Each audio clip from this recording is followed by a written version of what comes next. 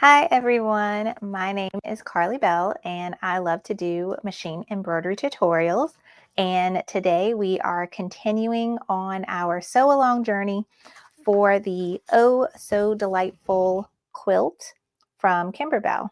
So today we are on week 6, which I can't believe it's gone by so quickly. But it's project, I'm loving it. It's so much fun. I'm so happy we are doing this because I guarantee you I would not have touched this quilt in the past 6 weeks if it wouldn't have been for me doing it together with y'all. So just to recap quickly, we have already finished section 1 of the quilt, which consisted of the scissor blocks, the So Happy block, and then what we're calling filler blocks, which are all the blocks in between that don't have a embroidery design on it per se, but just have some quilting stitched on it. And then last week we finished section 2 of the quilt, which consisted of these long strip filler blocks, this beautiful flying geese block here, and a pin cushion block. So we finished this live last week where I pieced it all together. And I think when we stopped the video, I had added on this bit here to here, and I didn't like the way that it lined up, so I ripped it out and I redid it, and I'm happy. I'm much happier with my lineup and corners now. I find that they line up, the flying geese block lines up really good with that floral fabric on this side, and like the what do you call it, filler blocks here, like they're all, this whole little corner here looks much better than it did the first time I did it. So practice makes perfect. I'm getting better. But let me check the comments real quick. Hi, Evelyn and Terry and Elsa and Tori and Retha. Thank y'all so much for joining me today. I hope you're having a great Thursday. So today we are starting on section 3 of the quilt, and we're going to focus on 2 blocks. One is, I think this one might compete for my favorite. I love the flying geese block. That one was a lot of fun to put together, and I just love the way it looks. One of the blocks we'll be working on today will be similar in construction with piecing it together in the hoop. And I already made one, but there's 3 of them and they're all slightly different, but they look like a spool of thread, if y'all can see that. So I haven't trimmed this one yet, but I really like them. They're super duper cute. So we're going to make one of these today, and then your homework will be to finish the other 2. So there are 3 spools of thread blocks. And then the other block that we're going to work on today is the iron. And I have some tricks for this one because this one is a larger block. And if you wanted to do everything in the hoop like we've been doing all these smaller blocks, it actually needs to be larger than a 6x10 hoop. But I played around with it in Embrilliance, and I think I can make it fit a 6x10 hoop. So if you have a machine with that size hoop, I'm going to show you today how we can do it all in that 6x10 hoop. If you have a machine that only has a 5x7 hoop, I'm going to go over some options for you so that you can create it with the background quilting and everything in 2 hoopings. So that is what we're going to do today. Let's see. Elsa says, I have the kit, wondering how you pick the fabrics. That was a problem for me. And this was from experience from a previous Kimberbell project. So with all the Kimberbell featured quilts, there are lots of pieces to it. It's not like I originally thought.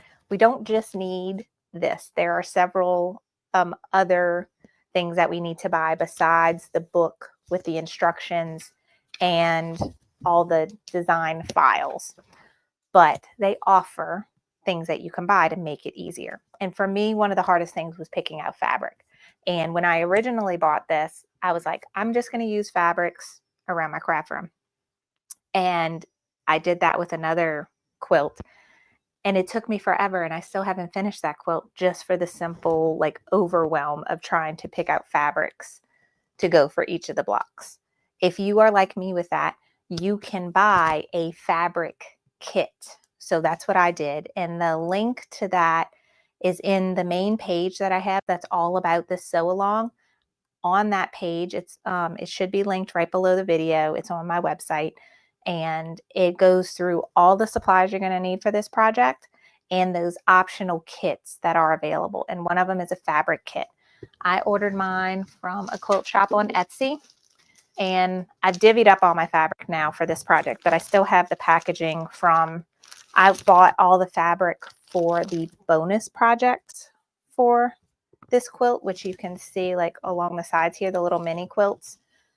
They're bonus projects. I bought the fabric kits for all the bonus projects while I was at it because I really want to make them all. And so they send you packaging with either a fat 16th, a fat 8, a fat quarter. So it's not cut to size. You still need to cut, but they give you a little bit more fabric than what's needed to make the project. So that is all the fabrics that you see me making today, all came in a fabric kit that I ordered. And the link to that is on that main page on my website that tells you all about this sew along. As far as the spool of thread, what's cute about it is each spool has 4 different fabrics, and they're just kind of all in the same color scheme. And you can, mix and match those fabrics to be in like any kind of order that you would like. But we're going to go over that today. So I hope that helps you, Elsa. Let me know if you have any more questions after you see that page on my website that tells you all about the sew along and all the kits that you can get to go with it. All right, so Retha says, how are you liking using the muslin as compared to no-show mesh? Love it. Absolutely no problems with it whatsoever. No complaints, no difference. I think it's great. It's much less expensive than using the no-show poly mesh stabilizer, and the method that I'm using to try and get the most out of it is I'm cutting strips that are a little bit bigger than my hoop so that I can hoop here and have all this left over, and then unhoop it and unroll it a little bit and hoop right next to it. So I'm getting a lot out of this muslin the way I have it set up. You could essentially do the same thing if you have a roll of no-show poly mesh, like a 10-inch or a 12-inch roll. You can do this. It's just helping you get a little bit more, less waste of stabilizer if you just keep rehooping and just moving it down, so that, you're essentially hooping right next to the design you just stitched. Hi, Sherry and Brenda and Annette. Okay, so we talked about the spools of the 2 blocks that we're going to work on today, the spool of thread and the iron. And there's some other things I wanted to tell y'all about, but maybe I'll wait until things start stitching so that we can get started. So first, we're going to do the spool of thread. I've decided to just go ahead and do these in 3 separate hoopings, each in a 5x7 hoop. To me, I think that's easiest. If you would like to combine them, like these particular blocks are a finished size of 4x4. So 2 of them will fit in a 6x10 hoop. If you would like to arrange it, just after watching my previous videos for this sew along, you should have a feel now of how to merge the designs with the background quilting, make sure that they're centered, and just move them to the top of the hoop or move them to the bottom of the hoop. And then if you'd like to color sort, you can. There is going to be one bit of embrilliance that I'm going to go over today with the spool of thread hoop, and that's after learning from doing the flying geese block that it's a little bit different than all the other blocks we're doing, because you're going to stitch the design first and then stitch the background quilting on top. So when we did the flying geese, I was a little thrown off with adding the batting and everything, because the design is just meant to be piecing. There is no step for adding the batting, which I am doing ahead of time. So I changed it up a little bit. I played with it in embrilliance before I sent it to the machine. So I'll show you that. So let's start with the spool of thread block. I'm going to demonstrate doing spool number 1. which has more of the pink fabric. So I got my envelope with spool number 1. It's got my batting, all my pieces in it. 5x7 hoop.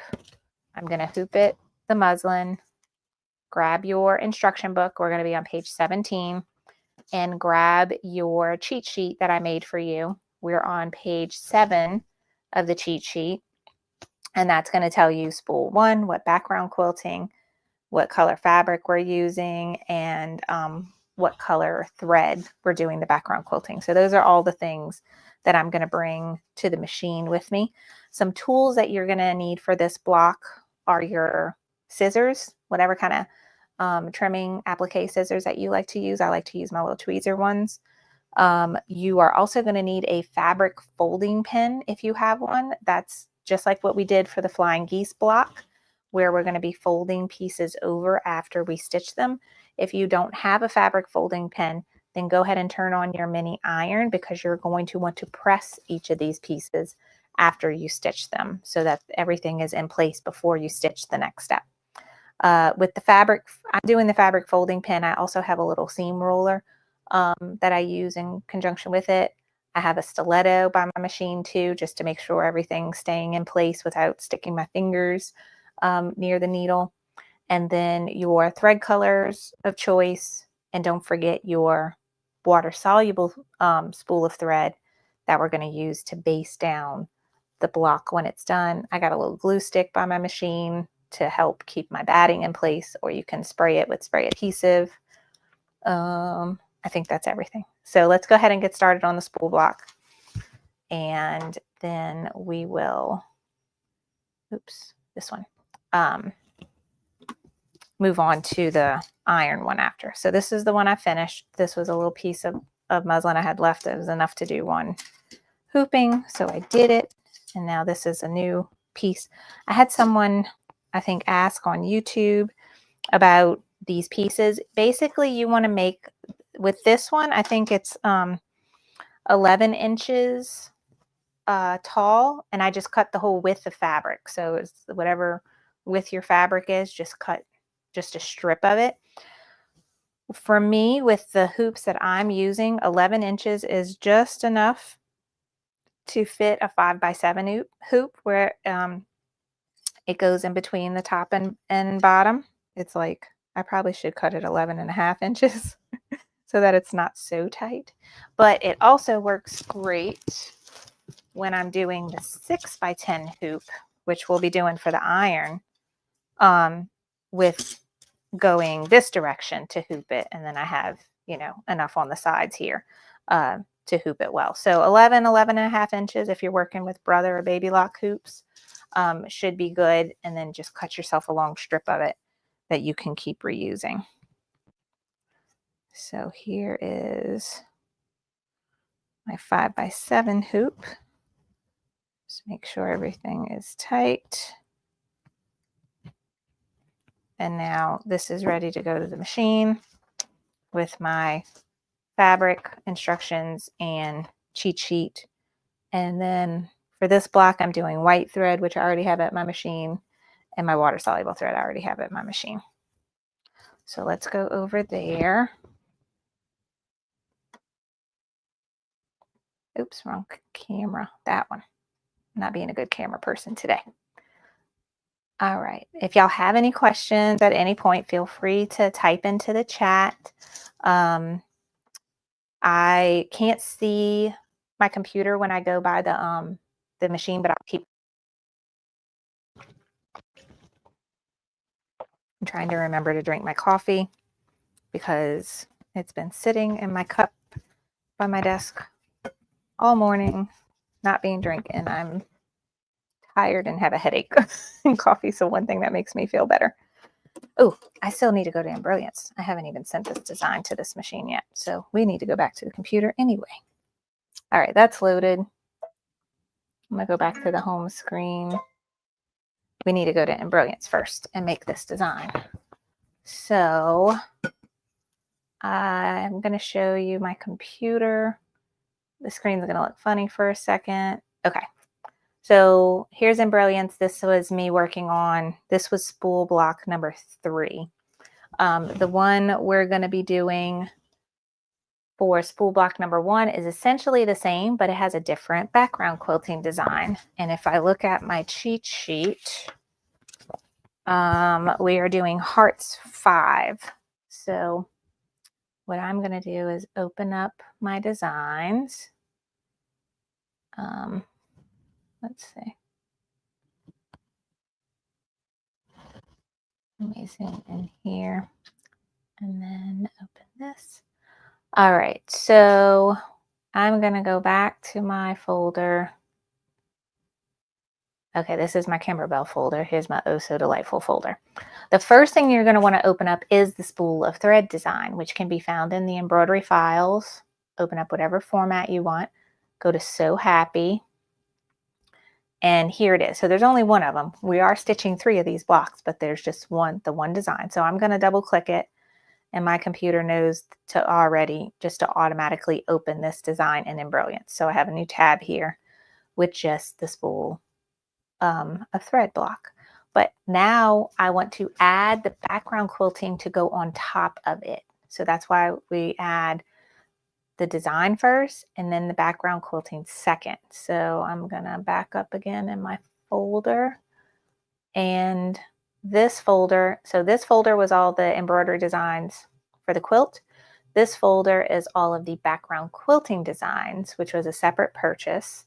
And I got the bundle, so it comes with all of them. You can go and just buy individual ones if you want, or if you have other background quilting designs you've purchased previously. They don't have to match. Anything looks good. But I'm going along with the instructions in the book, and for this one they want hearts 5. So I'm going to click that, click embroidery files. We have the 2 choices, choose block by block. And can't see them all. You can open up whatever format you want. And we are opening the 4x4 option. So now instead of double clicking it and opening it in a new window, I'm just going to drag and drop it. And now it has added on top of my spool of thread with it being centered. So when I open designs in my hoop, or I drag and drop designs in my hoop, they are automatically going to open centered to the hoop. So if I didn't move this spool of thread one and I add this one, it's going to go directly on top. So everything is centered and ready to go. So I don't have to adjust anything. The one thing I'm going to do is I'm going to take the first step of my background quilting design, which tells me where to put my batting. And I'm going to move that step by clicking it and dragging it up. And I want that step to be now the absolute first step of my stitching. So I took a piece of this design. See, it's not there anymore. And now I've made it the first step of the design for the spool of thread. So now that shows me right where to add my batting. And then we're going to stitch this on top of the batting. And then we go through all the pieces of the spool of thread. Now, going back to our background quilting design, we no longer need these 3 steps here. We only needed that first step. The rest of these can all be deleted. So you could just click them and hit delete on your keyboard. Click, delete, click, delete. All you need is that last step, which is the background quilting. That is all you need. Okay, so now the design is ready to send to the machine.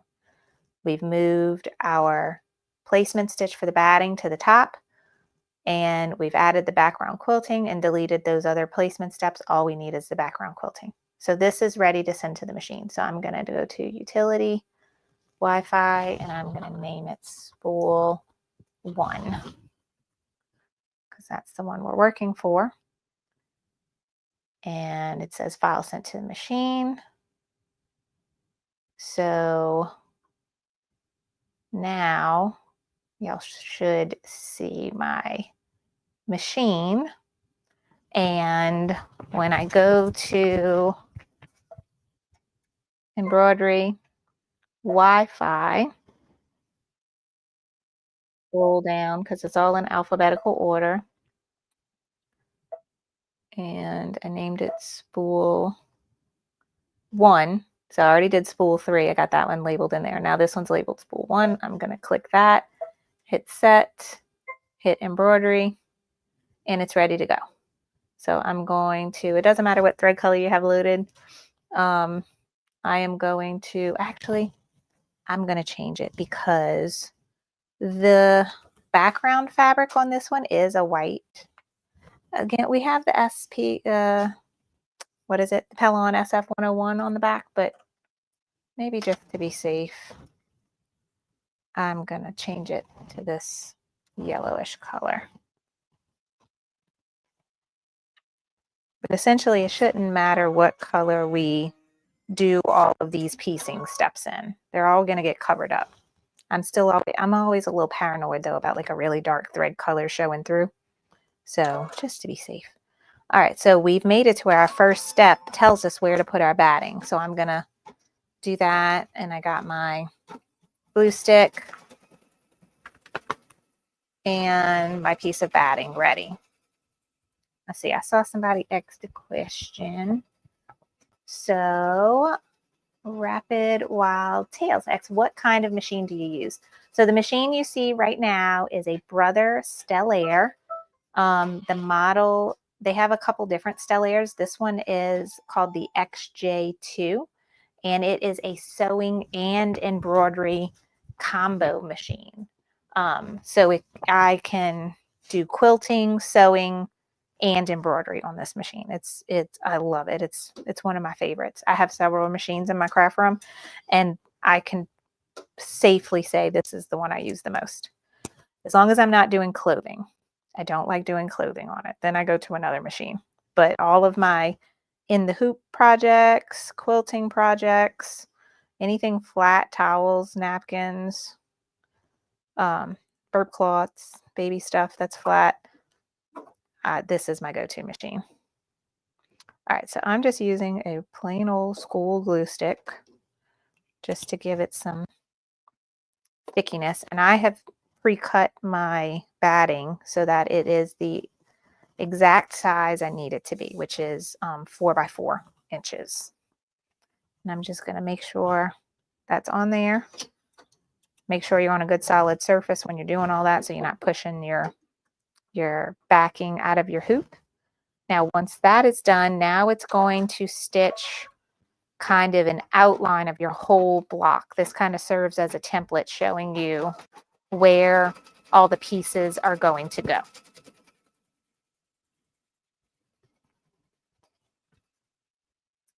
Let's see. Okay, so Retha asked which batting placement line. I don't have in Brilliance. Okay, so if you are loading the designs on your machine, Retha, what I want you to do first is load the hearts background quilting.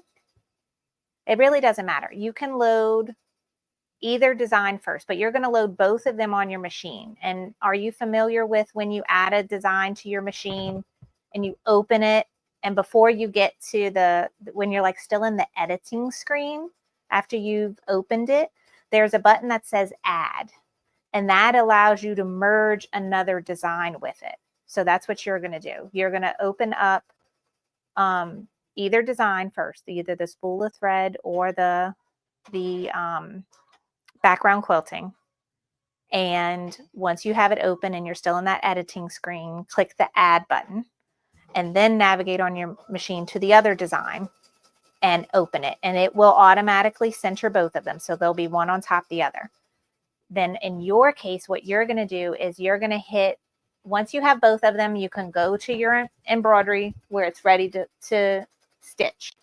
Then you have this needle plus minus button.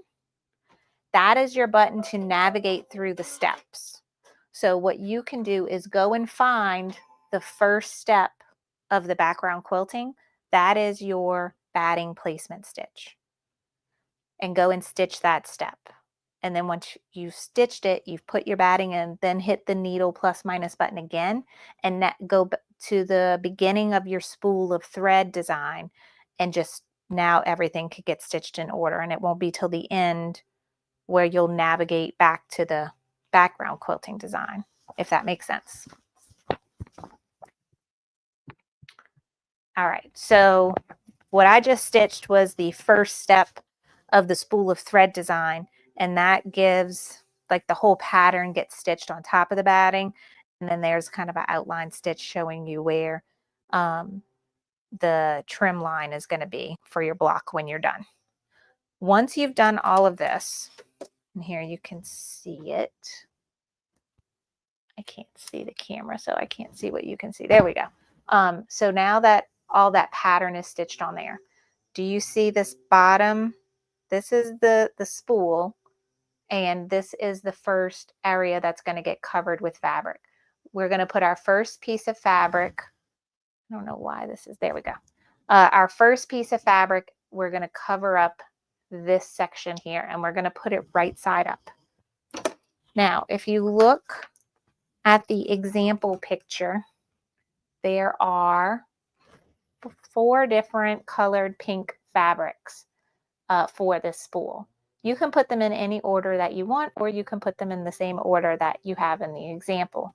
So we're going to start at the bottom and work our way up. So I'm going to grab this piece of fabric and I'm going to lay it all over that spot I showed you. And this is the only time in the design where we are going to put the fabric right side up, just right on top of it.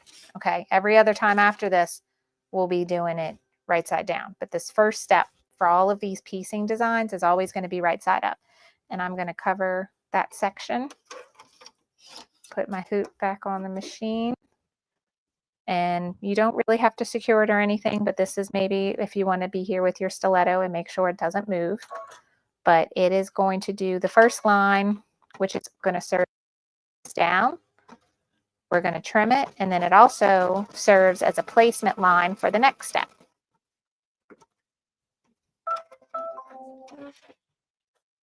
So this is normally where I'm standing at my machine with my scissors, my folding fabric pin, my seam roller, and my stiletto. So I'm all here with those things. And then depending on if I have enough space, I'll do everything here.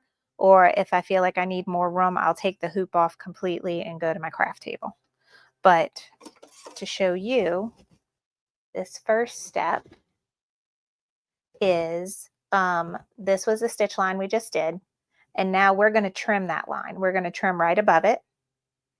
And then I'll show you the next step after that of placing. So I'm just going to trim right above that line. And just watch you don't dig in and cut into your batting on accident. So now that we have trimmed there, we're going to take the next piece of fabric, which is whatever you want to fill this bit with. And for me, I'm going to use this yellow and pink floral.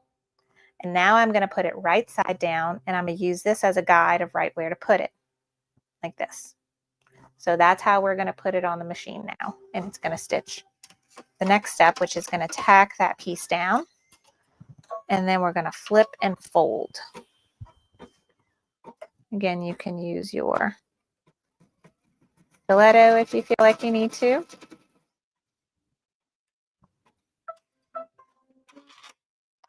And the next tools you're going to need is your folding pin and seam roller if you have it. If not, this is when you're going to want to take this over to your table with your iron and a wool mat, and you're going to fold this over and iron it into place. You just want to make sure you have good presses in between each of the pieces. An easier way to do that is just to use this pin, and I'm just running it right along that stitch line it just did. So run it along there. Then when it's on a nice hard surface, push it over, fold it over, and press with your fingers or with the seam roller. And now it just stays in. It works just as good as my mini iron, because I used to do all of these with the mini iron previously, and this really works just as good. So once that's over and pressed in place, we're going to stitch the next step, which is going to tack it down now. And then it's that rinse and repeat of stitch the line, trim it, put the next piece of fabric with the right side down, stitch it again, and then flip and fold. Okay, so now we have this line here, and I'm going to trim all of this part.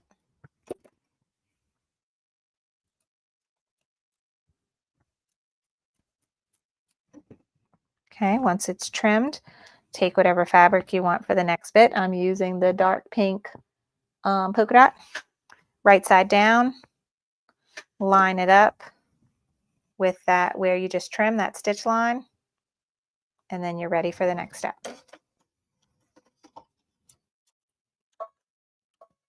And that's going to tack it down, and then we do the flip and fold thing again.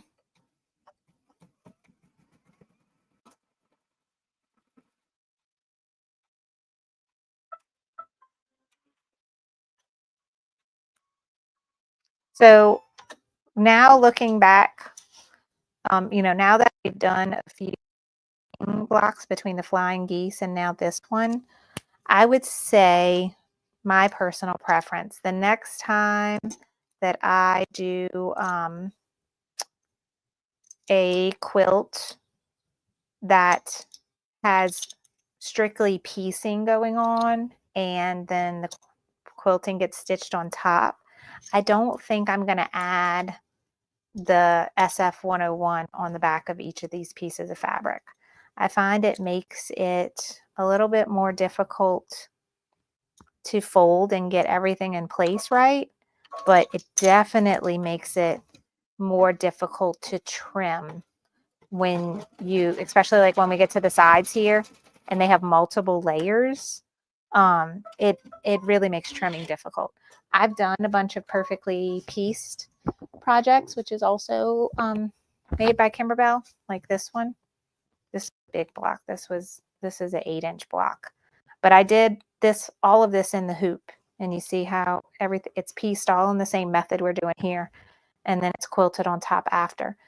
It still comes out beautiful. I don't think the SF 101 is necessary for these kinds of blocks, but I do really like it for all of the other blocks that just have some sort of applique or embroidery design to help prevent puckering. I don't know if it's needed for these, but I think that's going to be a personal preference. All right, now we're on the last bit of fabric for the spool of thread. I'm using this lighter pink geometric pattern, right side down on my placement line, and stitch. Oh, I'm sorry, the camera's having trouble focusing.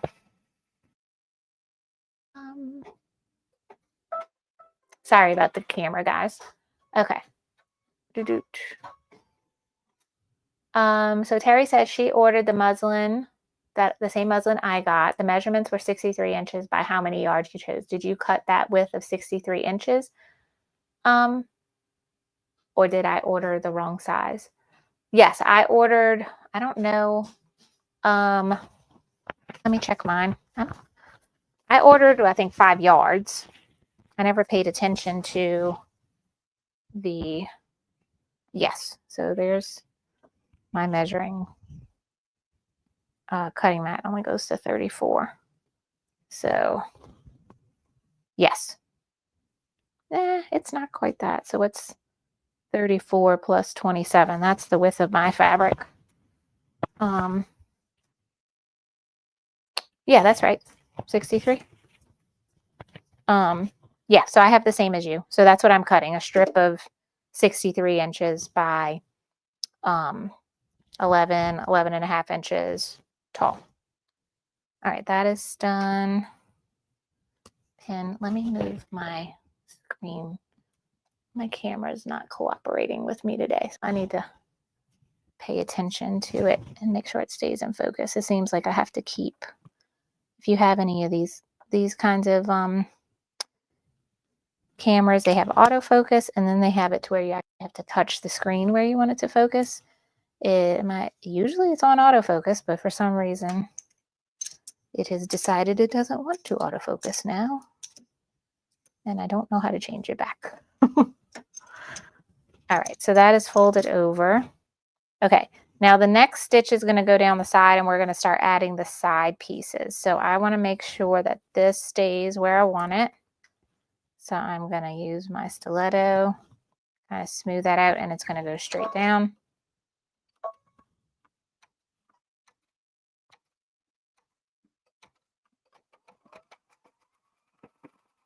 So you see all these layers going on here on the side. That's where it's not too fun to trim, which we're going to do right now. All right, so I have to completely take it off here. I'm going to go to the craft table to trim this one because it takes a little more time. All right. So you can see, like, I got, these are where they're folded over is 2 layers, and then they got another layer here and another layer here.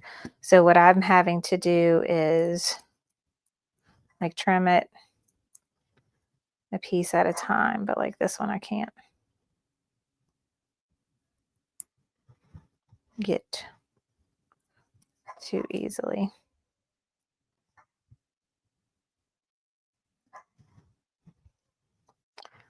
All right. Okay. So it doesn't have to be perfect. Sometimes there's so much bulk in some of these places where I can't trim them, but I haven't had a problem with just leaving them. Okay, now let's talk about the rest of the pieces while we're right here, because I had to go and double, when I was making this green block, I had to go and double check because we got several pieces of the same fabric, but in different sizes. So the gray ones are obviously going to be the top and bottom of your spool of thread, as you can see here. So that's going to go right on top of your colors. But the part that was a little confusing is we have 2 pieces this size, 2 pieces that are a little bit longer, and then 2 much bigger pieces.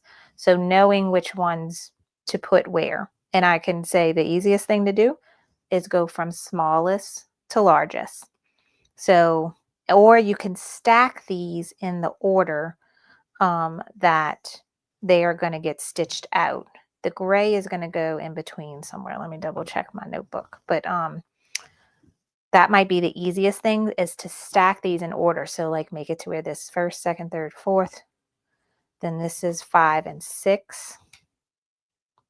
I want to say then the spool is 7 and 8. Then the next, that middle size is 9 and 10. And then the biggest size is 11 and 12. So if you want to stack them like that so you don't grab the wrong piece for the next step on accident. But now what's going to happen is we trim this. We have this line. We're going to take this one and put it here. And then it's going to do the same thing over here. It's going to do that line. We'll trim it and put it here. And then we'll end up folding both of these pieces over. So I'm going to go back to my machine with my stack like that so I don't mess it up. And well, actually this piece we can do now because this is ready. And we're going to go stitch the next step.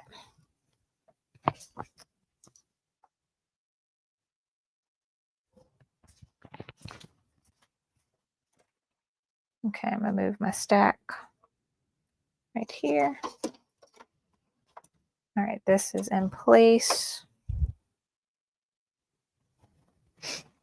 And we can stitch that.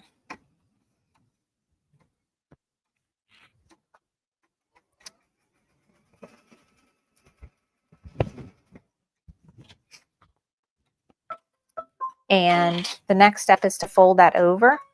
But this step over here, like we don't have to fold this over to go to do the next step. So what I did with the last block was I stitched both of these, then went and fold them over, and then we'll do both of these and then fold them over. It's not like how these middle ones were where you had to do it in order for the next step to work correctly. So I'm going to do 2 at a time now. So I'm going to go ahead and stitch this. And that's going to be our guideline of where to trim.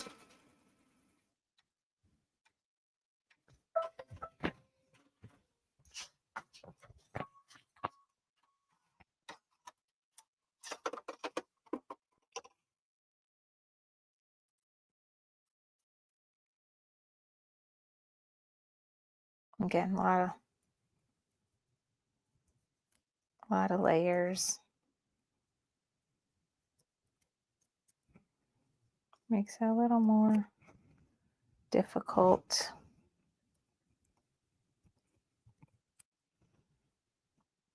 And this is the reason right here that I think about not putting the Pell on SF on the back of all of these pieces, just these. All right, I got my guide.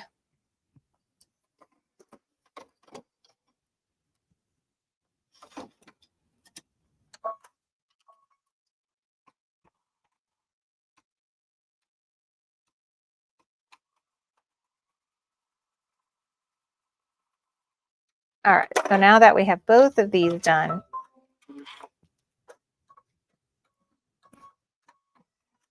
now I'm going to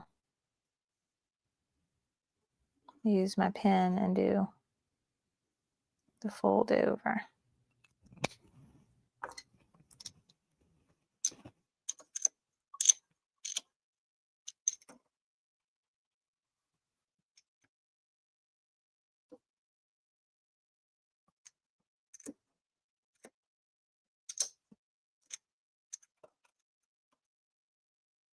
Okay, and then because we have so many layers going over here, I find it's not folding as flat as those first pieces did.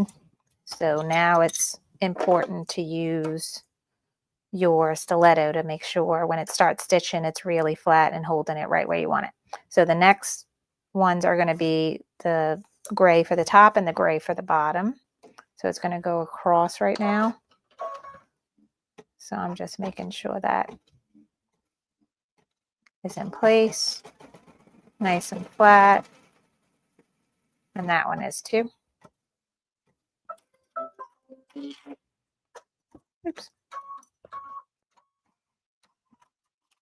And trim the top.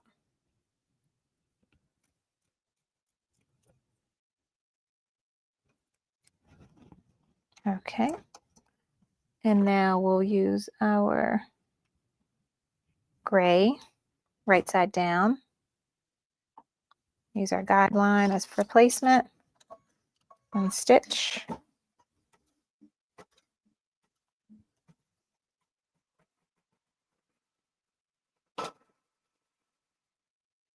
Okay, and I'm going to leave that one alone. And it's going to come to the bottom now. And we're going to repeat that. Okay, again, I'm going to hold it. Oops.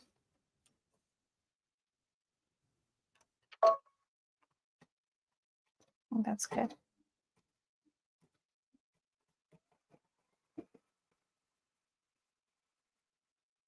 Okay.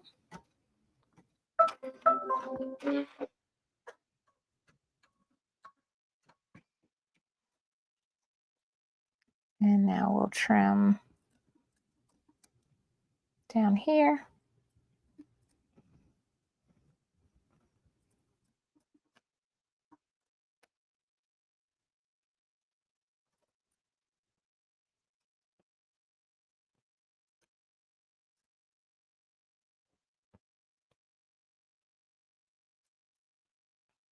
Okay, and then get our other gray piece of fabric right side down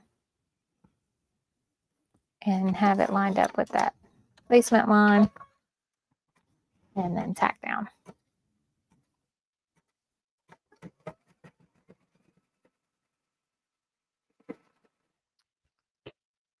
Okay.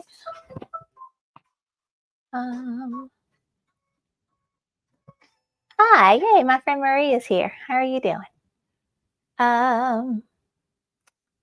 Why do you not like sewing clothes on the Stellaire? It's not sewing clothes, it's embroidering clothes. I do not like embroidering clothes on a flatbed embroidery machine. It is much, much easier on a free arm embroidery machine because the clothing is essentially tubular and you have to turn like a shirt inside out in order to embroider it so that you don't end up stitching the shirt together. So, are you familiar with what a free arm embroidery machine looks like? Because I could show you uh, what I mean. And ML Weber says, do you have SF101 on the pieces? Yes, I do. And that's what I'm talking about with, I think the next time I would do a block like this, I would not put it on the back of there. Tell me what y'all opinion are. Those of y'all that have done these kinds of projects before, let me know if you have a preference as well, because I think I'm leaning towards not putting it just on these piecing blocks. Okay. Yes, so Teresa says, yeah, she got it. So, yeah, like I do, the whole reason why I got into embroidery was to do baby items for my daughter. So like onesies, I learned very quickly. I do not like doing onesies on a flatbed machine. And even small toddler shirts, they're not fun.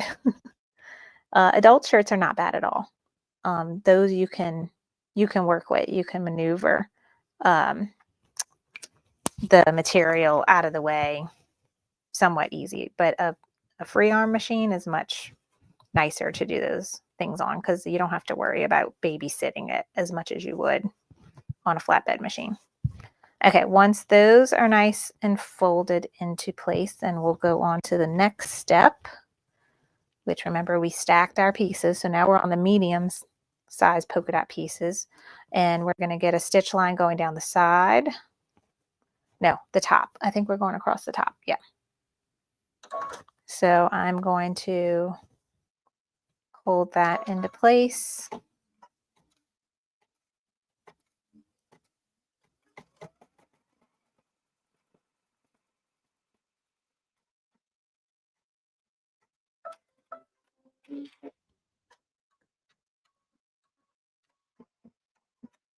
And then we trim. This one's an easy trim because it's just that one layer straight across. And now we're on the medium polka dot pieces. Line that up with this placement line and stitch.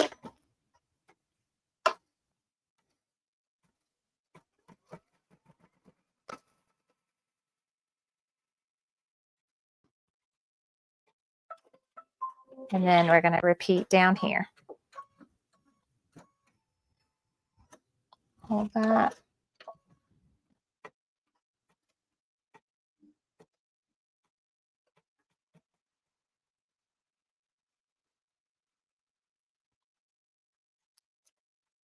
Okay.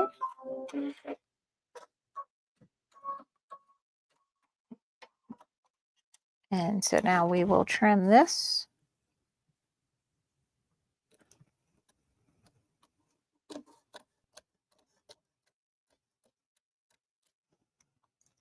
And grab that other medium size polka dot piece and lay it right side down, lining up with your placement guideline.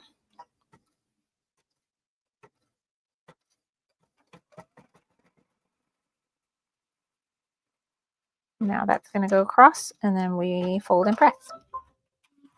And then we have the last two bits of the block and then we are done with the piecing part and then we'll move on to the quilting part. Okay.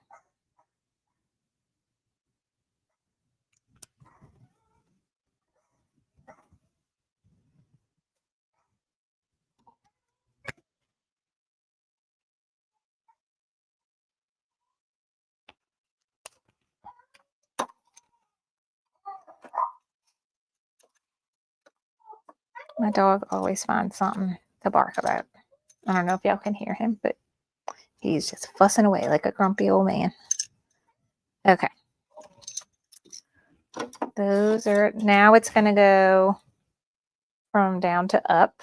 And that's, again, when I'm going to use my stiletto to make sure this gets tacked down nice and flat. And then I'm going to move up here. Make sure that one's nice and flat.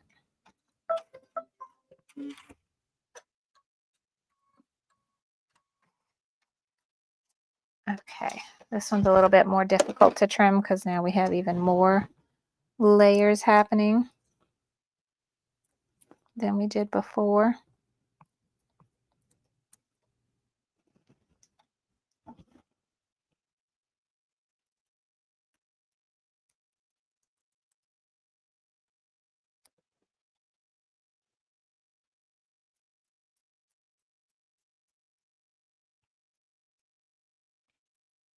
And perhaps with these layers, it might actually be good with the SF-101 because then you're definitely not going to see them if any bit of it gets left underneath.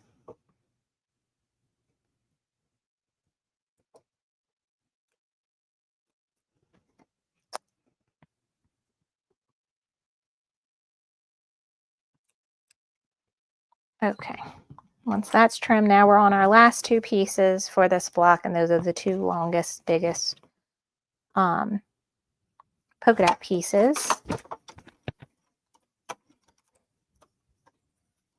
Lay that in place.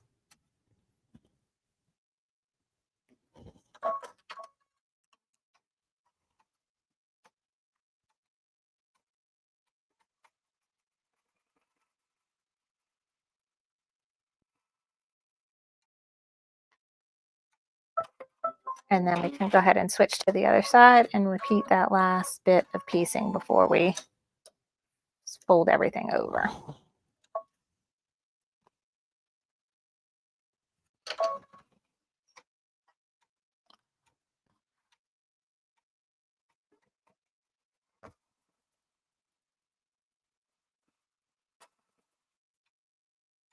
Okay.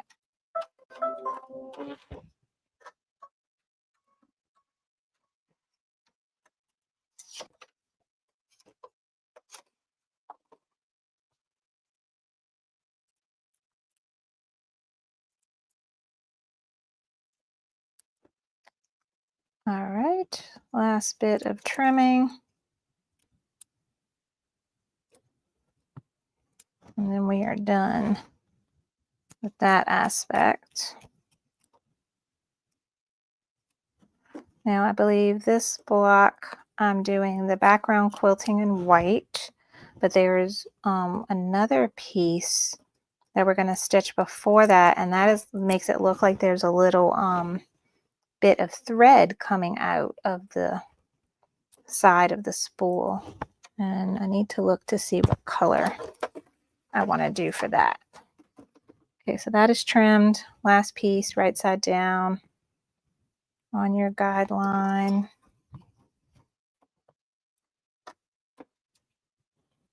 Okay, let that go.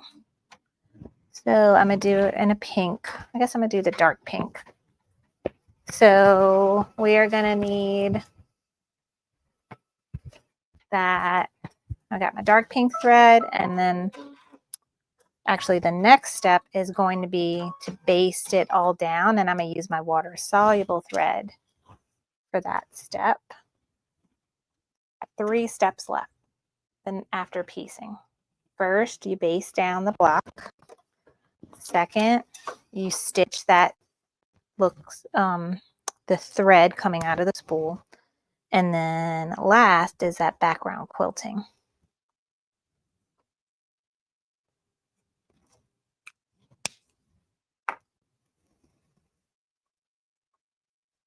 This block is so cute. Look how cute that is. And if you're worried about for the basting that everything is nice and flat, you could put some tape. You could take it over and press it good. I just use my stiletto and make sure everything is nice and smooth and flat. But I need to change my thread color first.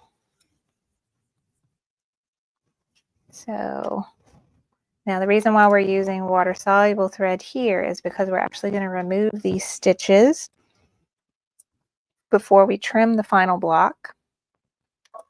And this makes removing it so much easier because we just wet it with the Q-tip and all the thread dissolves. Okay, so if I remember right, it's going to go this direction and around. So as long as I start with this piece nice and tight, then I'll move here.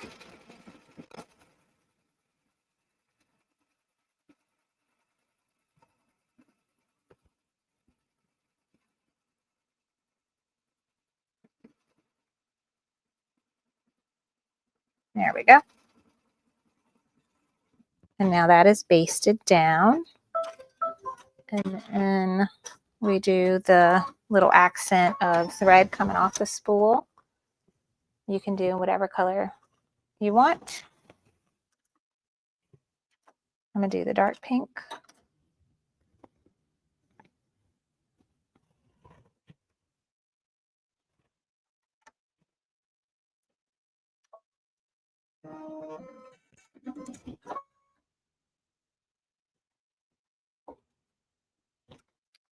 Okay, that is on there.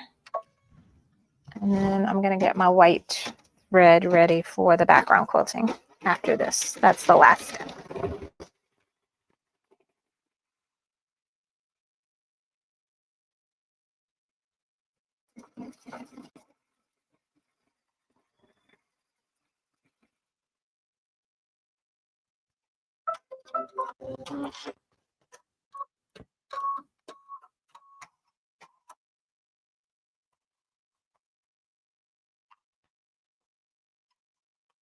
Okay, white. Got a little thread tail right here, I'm gonna trim. All right, everything looks good. I need to thread the needle. And this is the final step. So let that stitch, and I'm gonna go check and see if we have any questions.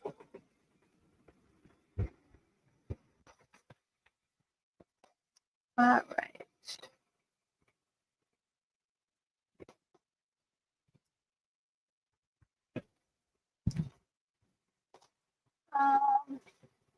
I love this. Evelyn said, my excuse for getting a multi-needle was specifically onesies. Yes. That is why I moved up. So I moved from a really small flatbed. My first machine was a Brother 5x7 machine. It was an older model called the PE 770. That was my first machine. I had that for like, I don't know, 5 or 6, 7 years, something like that. And then my next machine was not a multi-needle, but it was built like one and it is a single needle. And at the time it was called the Brother PRS 100 or what is it? Persona. That was my next machine. It was a single needle, but it had a free arm. And it had a bigger hoop, an 8x8 hoop. And then I actually traded that one in later for the newer model, which is the PR1X, kind of same machine, but now it has an 8x12 hoop. And then I did get a 6 needle after that as well. Okay, so this helps answer ML Weber's question. So which multi-needle machine would be best for onesies at the lowest price? So for me, the PR1X or the which is the new model. The older model is the PRS 100. Do I have pictures of these? I thought I did. Oh, yay. Okay, here we go. This is the PR1X. This is the newest model, but you see how it only has one needle. It has 4 spools of thread that it holds on the back, but just one needle. And it has an 8x12 embroidery field. This is a great middle of the road option if you want to have all those capabilities and ease of hooping like a free arm machine has, but at a lower cost than a multi-needle machine. So this is the multi-needle machine. No, this one. this is the one that I have. This is the Brother 6 needle machine. And you see it has 6 needles on the front. It has 6 spools of thread. It holds on the back. So this will automatically change thread colors for you up to 6. This one is, I want to say the price is around $6,000. And I want to say this one is around $11,000. So it's significantly cheaper for the single needle, but still very easy to do onesies on. So I have a book. I don't have a picture of it, but I have a free embroidery machine buyer's guide that I made that goes through all the different like levels of machines and therefore like pricing of machines, like the find the one within your budget. And it's a free guidebook that you can download. I'm pretty sure I have a link for it below the video if you are interested in upgrading your machine and kind of not too sure what to get. I give you a lot of things to think about before buying, like a lot of questions for you to answer to yourself of what you want to do with your machine. What is your goals with your machine? So you have a lot of things to think about before you purchase your next machine so that you know you're doing the best thing for your personal needs. But that is it for the spool of thread block. So we can now move on to the next one. Any questions about this block? So we did this one live. Your homework, if you are sewing along with me real time, is before next Thursday, have all 3 of your spool blocks stitched out, because next week we're going to finish section 3 and put it all together. So we need these to be done in order to do that. So that is your homework. The process is going to be exactly the same. The only difference is, of course, what fabrics you're using and the background quilting design. So for spool number 1, we did the hearts. For spool number 2, which I still need to make myself, has radial lines. And then spool number 3 had the hobby background quilting. You see like the little scissors and thread. I think this one's my favorite of all the background quilting designs. I really like that one. All right, let's go back.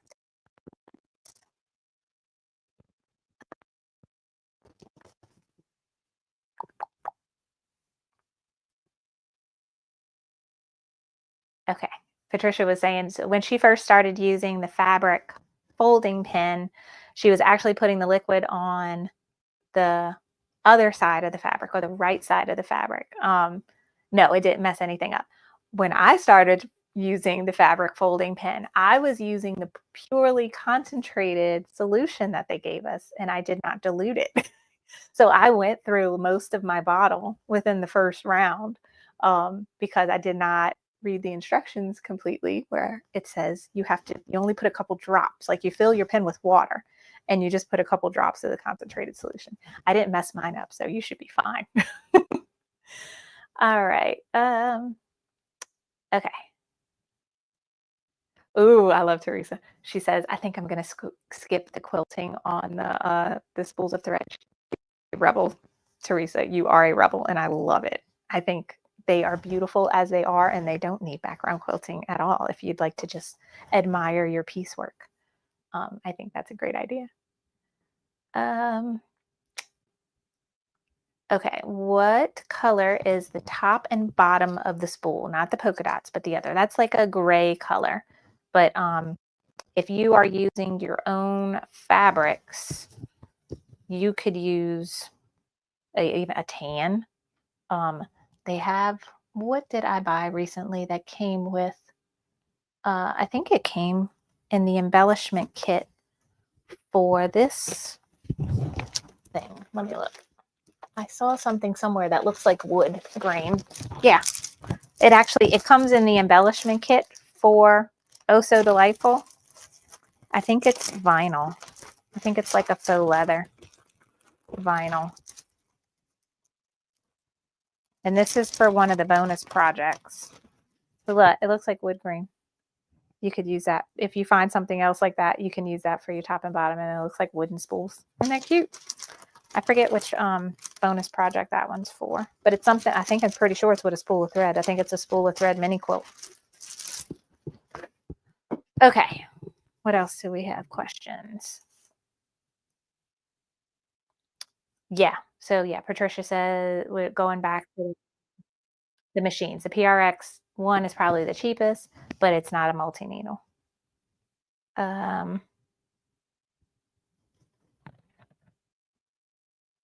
Okay. Oh, you must not have cut those pieces. That's okay, Rita. You can go grab them. They won't take you long at all to cut real quick. All right, so we are done with spool thread. So I am going to unhoop this and move on to the iron. And I'm going to be doing the iron in a 6x10 hoop. I'm going to manipulate the design a little bit in Embrilliance. So I forget who was it. Was it Retha that said she doesn't have Embrilliance? Retha, what machine do you have? What's your biggest hoop? Tell me so I could tell you what to do. But this block's going to be tricky for our friends that only have a 5x7 max hoop size.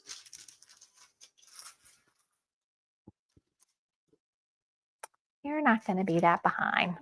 It's going to take me a long time to explain the next block. You'll be done before I even start this block, probably. Okay.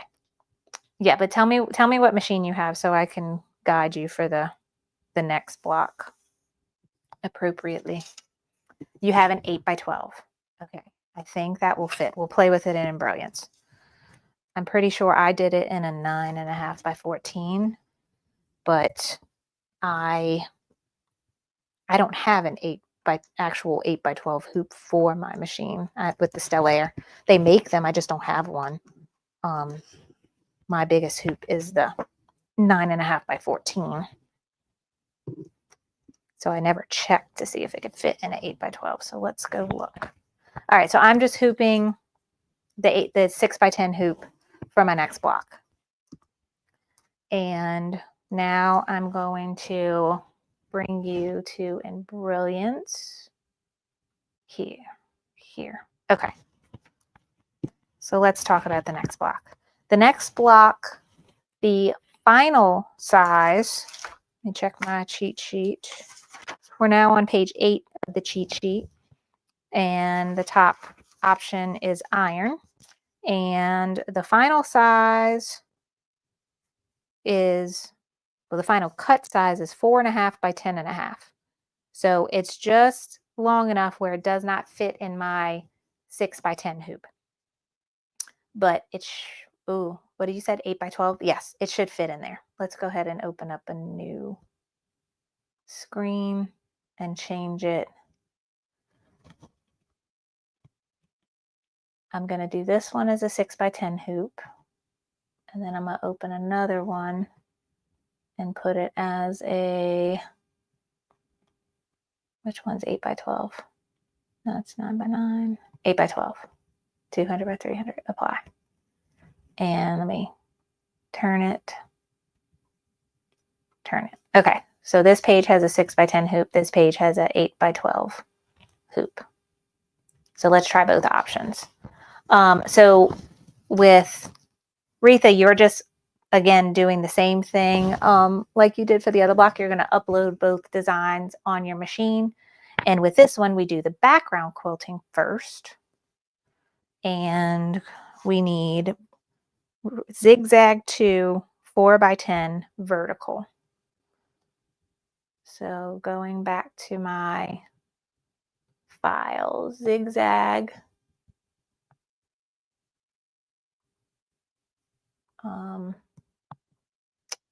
Pick your format.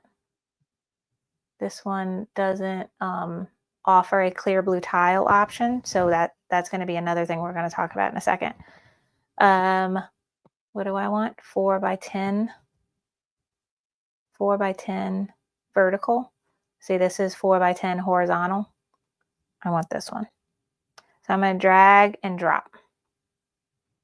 And which hoop am I in? I'm in the 8x12 hoop. So I'm going to click my design and I'm just going to rotate it Boom. All right, so it is in the middle of my hoop. It fits fine. So with Retha, you're gonna load your background quilting design first, and then you're gonna merge and put the iron design on top. So happy. And now when you go to the iron, they have a few options. This iron is the full 6x10 size. This one and this one is if you're working in a 5x7 hoop, and they have separate instructions for those. So this is the one that we're going to use for the 6x10 hoop, and then if you have an 8x12 or 9.5x14, this is the one you're going to use. So I'm going to select that, and I'm going to rotate it, and it's all centered and ready to go. So that's ready to stitch. Now I'm going to copy this background quilting design, and I'm going to go now for those of us that have the largest hoop is 6x10. I'm going to show you where the problem is. I just copied that background quilting. I'm going to hit paste. You see how I have a red box at the bottom here? This design is too big for my hoop.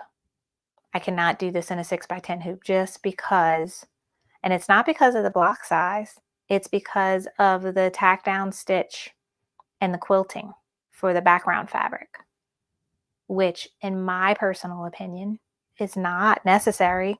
The alternative option is to clear blue tiles a large piece, which what I'm going to do is going to be much easier than that. And that also requires you to have clear blue tiles, but I have some solutions. Okay. Again, this is for those of us with the largest hoop of 6x10. What I'm going to do, so this is your tack down for your batting, placement for batting, tack down of batting, placement for background fabric, tack down for background fabric. And because I cut my batting to fit perfectly in this box, I don't need this step. And we are deleting these two steps because we are trying to make everything fit in our hoop. So I'm going to delete step 2, step 3, and step 4. Okay, still too big. And that's only because of these little pieces here. These pieces right here. So I have solution. Easiest solution is if you have enthusiast. If you have enthusiast, actually, is it just this line maybe? I think it's just this line. If you have enthusiast, zoom in right here and click your stitch edit button.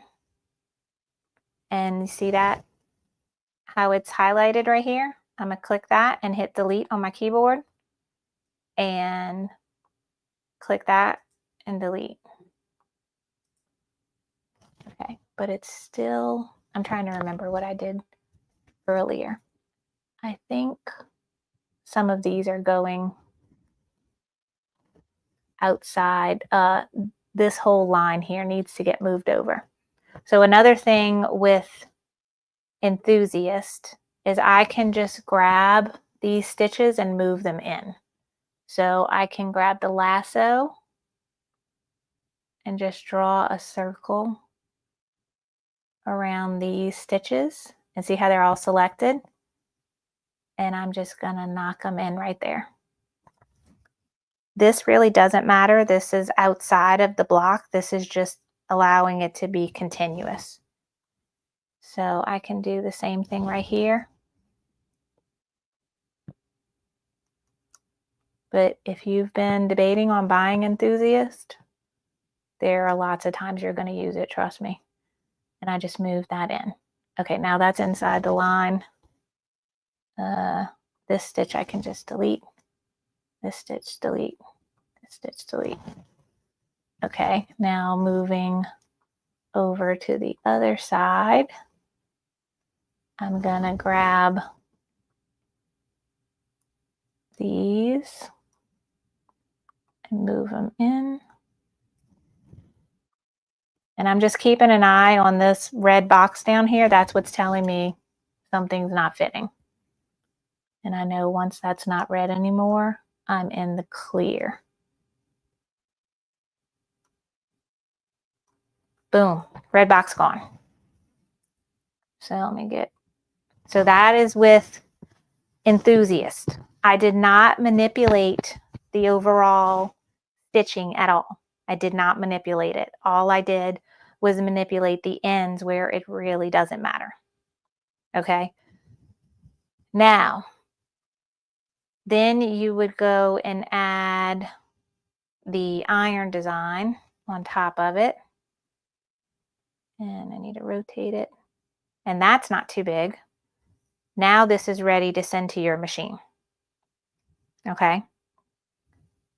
That was an option for Enthusiast. If you only have Essentials and you do not have Enthusiast, I still have a solution for you.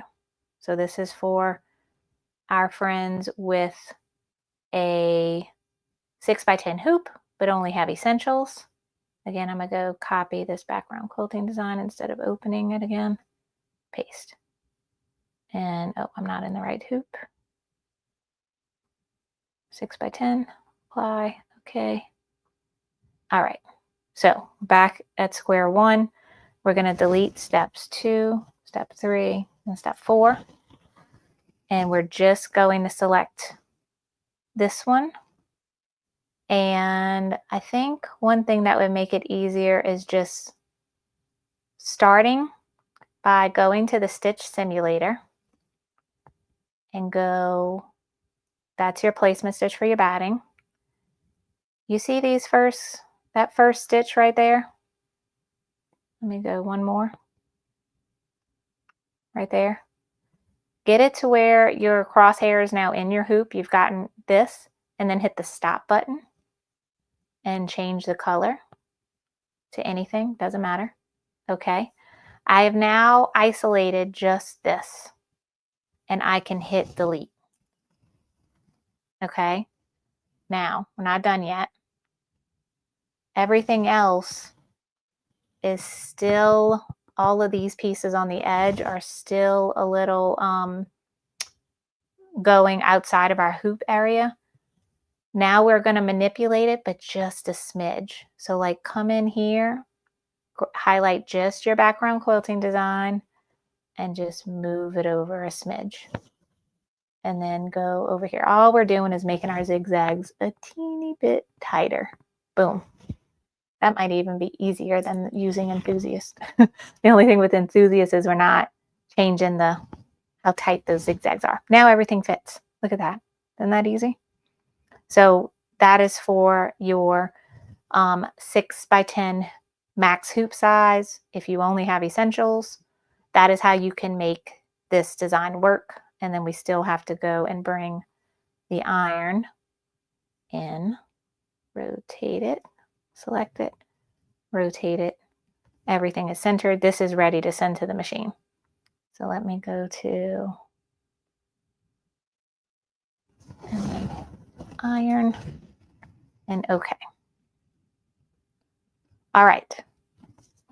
I'm ready to stitch this, but I do want to go over quickly for our friends that only have a 5x7 hoop. They don't have a 6x10 hoop. This is not an option for them.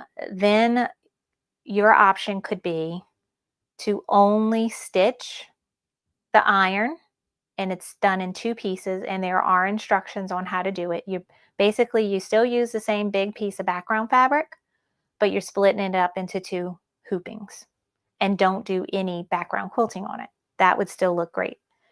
If you would like some sort of background quilting, you can use what's called the clear blue tile method, but there are only, I think there's only one option for clear blue tiles, maybe more. So go to your background quilting. I think Hobby 6 is the one that works. You would use Hobby 6 and embroidery files, and you see right here where it says clear blue tiles. You're going to select that one, and you could, can't see it all, look through your options of sizes. the final size is what, 6 by, no, what is it? Final size is 4 by 10. So you can do 2 hoopings of 4 by 6. So if I open that, this is what it looks like. You can stitch your background fabric 2 times with this design on it. And even if you don't have clear blue tiles, you can make this work. So let me go back here. I'm sorry, I couldn't see any questions. All right, where was I? I had a paper printed. Here it is. Okay. So here's my plan for our friends with a 5 by 7 hoop doing this block. Option 1, just don't even do the background quilting. That's the easiest option. Second is take your fabric. So I already got mine cut and I got my batting cut, right? And just center your batting and your background fabric, even if you don't have clear blue tiles. Print out the 4 by 6 size of the Hobby 6 background quilting, trim it, and use it as a placement guide on your background fabric. Does that make sense? Let me know. Ooh. Yeah. All right, so Teresa says, easy, glad. Okay, I'm glad all that essentials and brilliant stuff made sense. But let's, so I just want to show the options to our friends that only have a 5 by 7 hoop, because I know what that's like, because that's all I had for the longest time.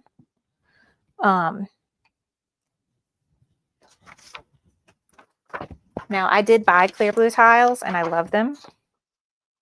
If you see yourself doing more projects like this, get you some. But I think we could cheat by not using them and just using the printout of the design. So like if you look at the block, this is the final size of your quilt, of your block, the batting. See, I would stitch that, maybe even put it off a little bit. Stitch it here and then rehoop it and just use this as a guide and stitch it here. It's going to look seamless. Like these 2 pieces are going to be next to each other like this when it's done, and you're not going to be able to tell. All right, so you can pre-do that before you even start, or open this up in Essentials and then put that first bit of iron on top of it. Let's try that. Let's see. What if we have this? Now let's change our hoop to 5 by 7. Okay. This is what we have. And then if we go back, embroidery files, and then this part of the iron, and put that on top. So it would be something like that. And then have another hooping where we grab that design, copy, paste, and this part goes. So it would look like that. You can, it would be 2 hoopings. You could do that one first, and then you just rehoop the same piece of fabric and stitch this on the other side. So let me know if all that makes sense. Sorry that I'm complicating things. I just, in my head, like I'm going through all the options. What if you only have 5 by 7 hoop? Then how are you going to do the background quilting? Blah, blah, blah. It's my brain just doesn't stop. So, see, I told you, Aretha, you'd be caught up. All right, now, if you have questions, just ask. If you're watching the replay later, post it in the comments, or you can send me an email at hello@carlybell.com. There it is. So I'll try to explain better if I did not make sense this time. All right, but moving on, we're ready to do the iron in the 6x10 hoop with that manipulated version that I showed you, where I removed some of the bits of the background quilting just so that everything would fit in the hoop.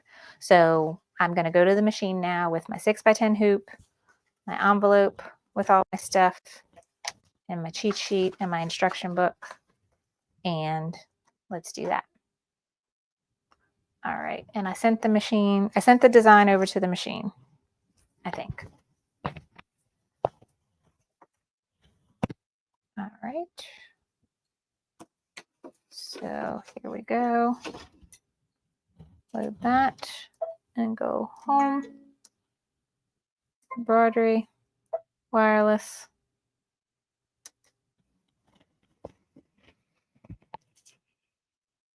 Did I click it? Yeah, it's just thinking. I probably have too many designs on there. All right, let me go back here. Okay, now we're going to scroll down, and I named it iron.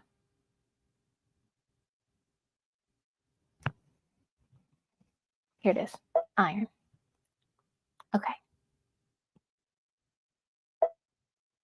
Beautiful. All right, so step number 1 is it's going to do the placement stitch for the batting. I have white thread loaded. I'm just going to go ahead and use that.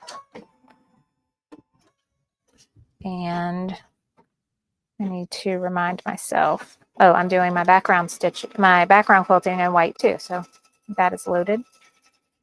But I am going to need this next. This is my water-soluble thread, and that's going to tack down my background. No, I'm not doing a tack down. I don't need this. I deleted the tack down stitch. We just need white. Okay.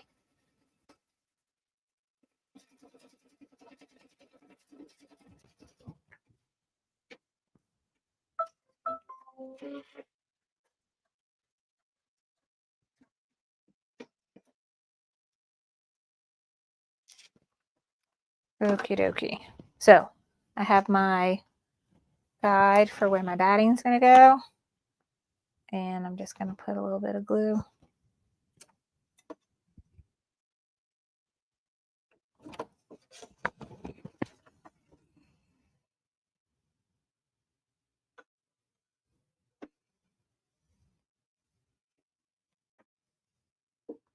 Okay.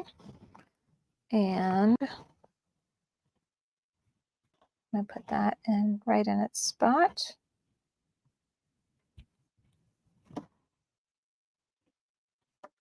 Making sure I'm on a hard surface. And then what I'm going to do is I'm going to go ahead and add some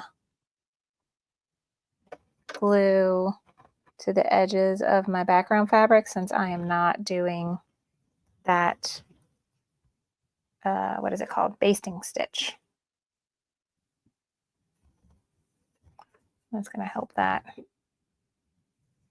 stay where I want it to.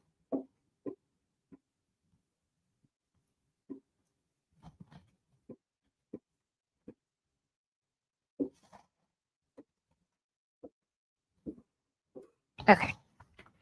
So now that I have my batting here, I'm going to take my background fabric and just kind of center it over the batting.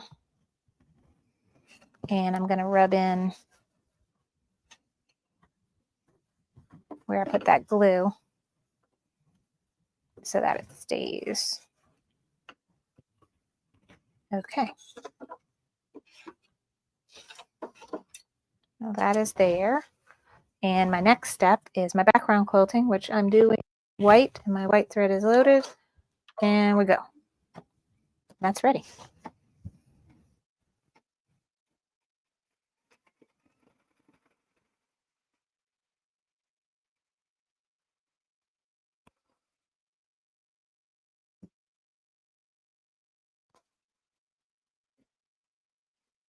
And then in the book is going to be the instructions for the 6x10 hoop. If you are using the 5x7 hoop, you will need to go to your digital files, and there are instructions in there specific for the 5x7 hoop and how to do it in 2 hoopings. So once the background quilting is done,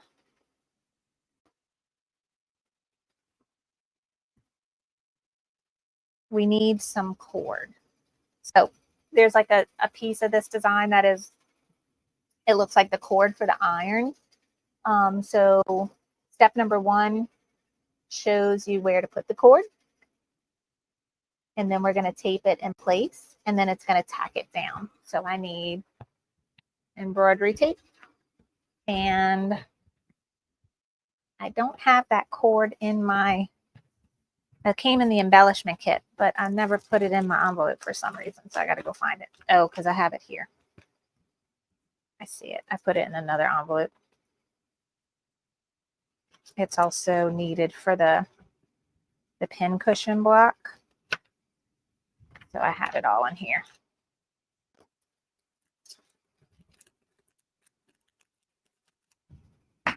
Okay. So this, if you got the embellishment kit, this came with it, and we're going to use this black and white string there.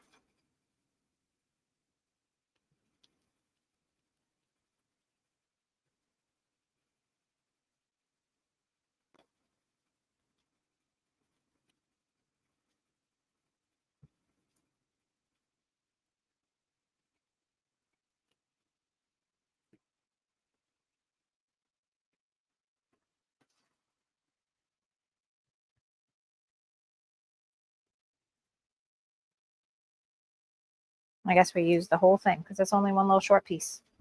This is all that came with it. And then the next, oh, I need to get all the thread colors for this block. We need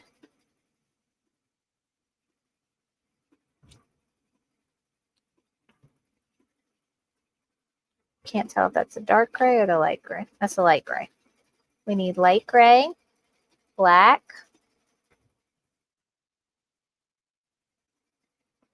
light pink, or dark pink.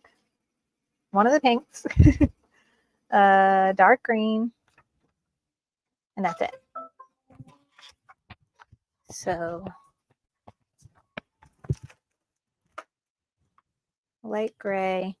I got dark pink over there already. What else I said? Dark green and black. Okay.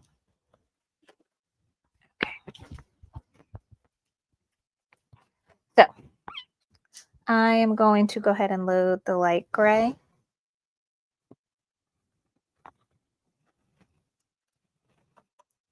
Red.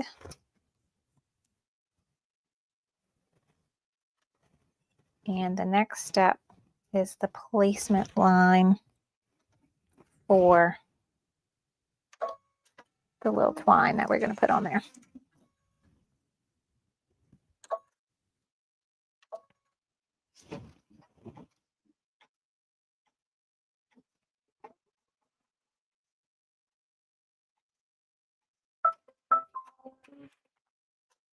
And with the orientation that I have my design stitched in, the iron is over at the top and the cord's coming this way. So just look at your picture on your screen and see whatever direction the iron is, that's where the cord is going away from it. So I don't know if y'all can see this, but all we just stitched is this one little gray line right here. That's all we just stitched.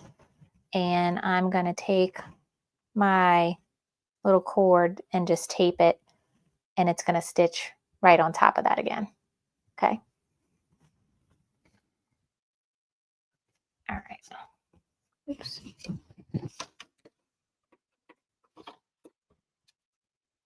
So a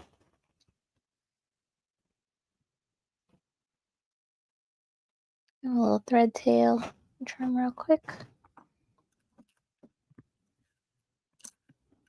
and just a little piece of tape.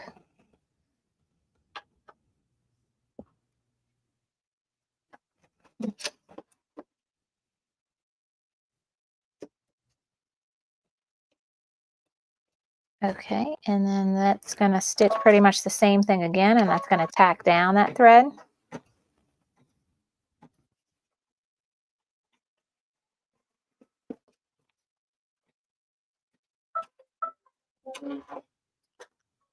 And now we can remove that piece of tape.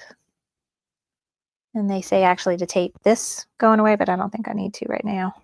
But the next step is going to cover up the end of this and like a little piece like it's the end of the cord.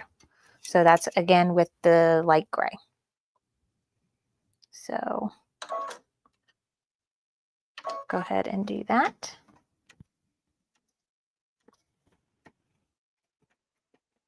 That is the cord base fill.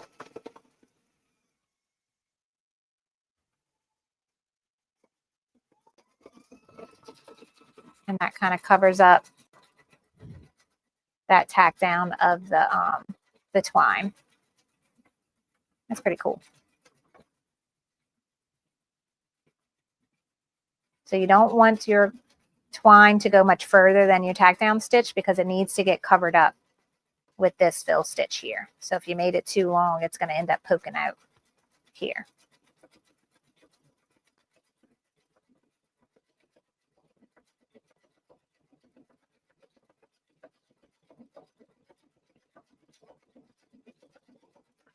All right, another thing we're going to need is something that came from the embellishment kit, which is the glitter HTV, the black glitter HTV. We're going to need that.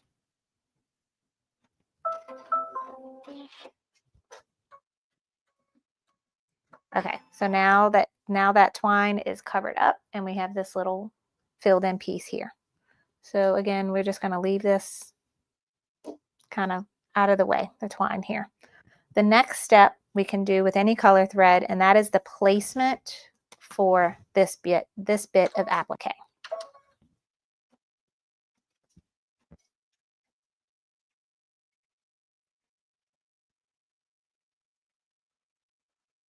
Now, before we put this applique on here, with all glitter HTV, there's usually like a clear plastic sheet on the front. It's called a carrier sheet. You're going to peel that off.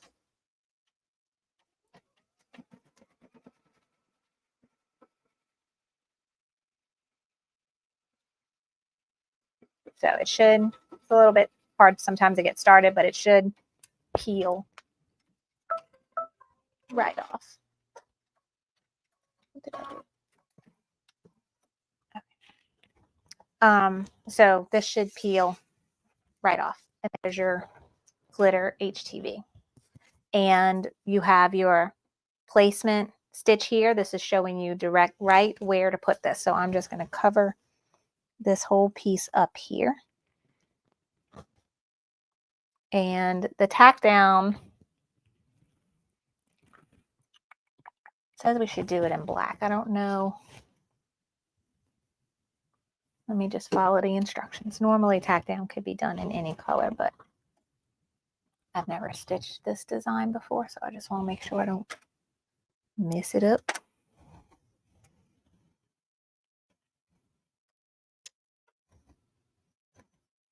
Problem with black on black is it's going to make it harder to see where to trim it. Definitely going to be harder for y'all to see on camera where I trim it. But let me do what it says.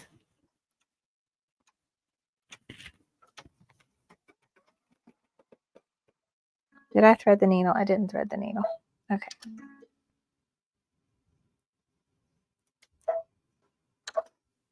But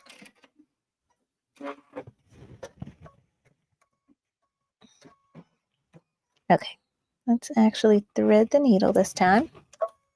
That would help. And then because it already started stitching, I want to back up and go to the start of that step. So I'm going to hit the needle plus minus, and I'm going to move backwards one step, which is essentially the beginning of this step. Good. Now I can start over.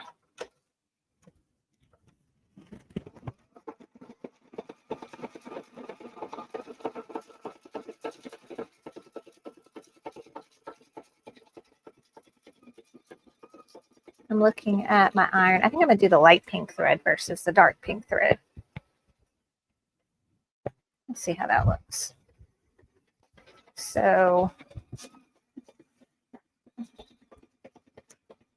you could use whatever color you want, but this is what the iron, the outline of the iron, most of the iron will be is this pink fabric. So it can either get stitched. It's like a pretty decorative stitch on the outside. You could either do a dark pink or a light pink. I think the light pink looks cuter. I'm gonna do that. Or if you have a peachier pink that's closer to this fabric, you can use that too. All right, so this is done stitching, and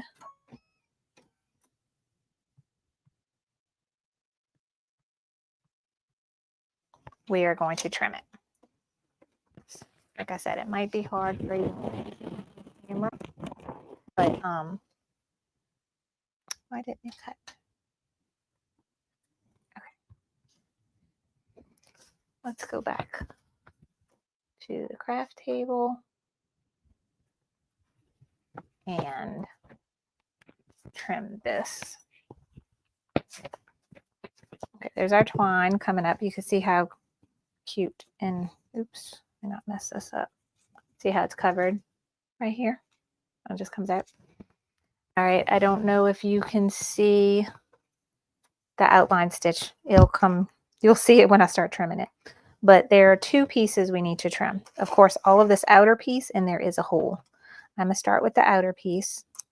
Now, sometimes glitter HTV is super easy to work with, and you can actually tear it, like tear away. But I don't know how this butts up to the other pink piece of fabric, so I want to make sure it's nice and clean edges. So I'm going to trim it.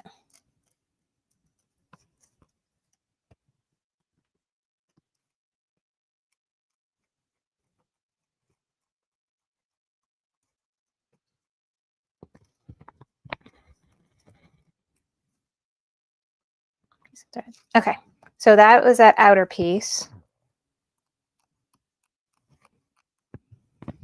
There. And there is an inner piece here. And this can be tricky. What I do is I poke my scissors into it and try to create a hole. But what you're trying to do is not actually poke a hole in your background fabric or your backing. I'm only trying to poke a hole in the black glitter HTV. Like that. I might have nicked my fabric a little bit. It's fine. Okay. And then you're going to trim on the inside of this stitch line.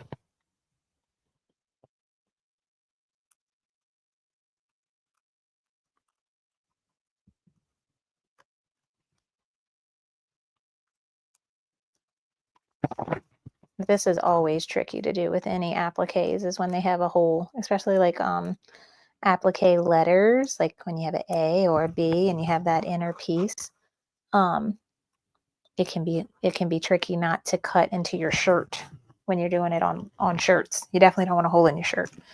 A hole right here is okay. I can put a little bit of what is that? Spray check. Or something that I learned from Angela. All stitched up by Angela. It's called Bonash powder. It's like a fusible powder and helps fix holes, like when you have a hole in something. It's pretty cool. All right, so we have trimmed the inner part of the iron, and now we'll do the pink outer part. So let's go back to the machine, but let me see. I think we had some comments. Okay, Terry says she is still working on setting up embroidery pattern and embrilliance. I'm choosing to trim my batting. Do I need to erase those steps that are orange and blue? Okay, so Terry, if you are trimming your batting, leave step 1 and step 2. Only delete step 3 and 4. 1 and 2 are placement and tack down for batting. Step 3 and 4 are placement and tack down for the background fabric. If you're doing the 6x10 method like I did, where I had to delete the placement and tack down of the background fabric because it wouldn't fit in the hoop, then you delete both of those steps. If you are if you have a bigger hoop and you're doing it at all, you can leave all those steps if you want. Janelle, what is the biggest hoop for my machine? This Stellaire, the biggest hoop is 9.5 inches by 14 inches. It's even bigger than my multi-needle machine, which is amazing. Okay, Elsa, is there something else you can use in place of the glitter piece? Not much of a fan of glitter. Yes, by all means, you can use anything. You can use, I think a gray fabric would look good, or if you wanted to use plain black. I mean, whatever, however you want your iron to look. But it's just the inner piece of the iron. You can use any fabric you want.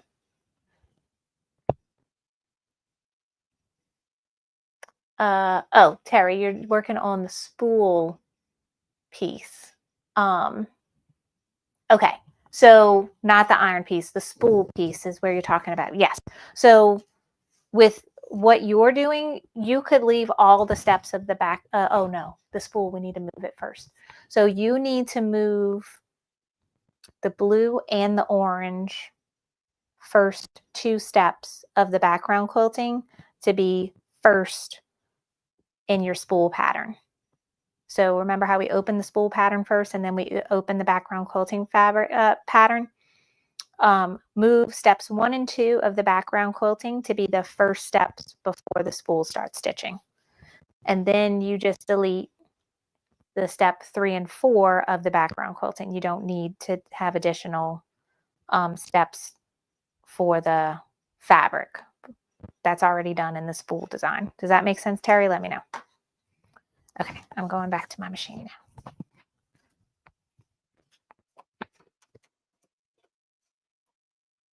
now. Okay, let's look here. Look at my thing. Okay, so now we've done with the glitter.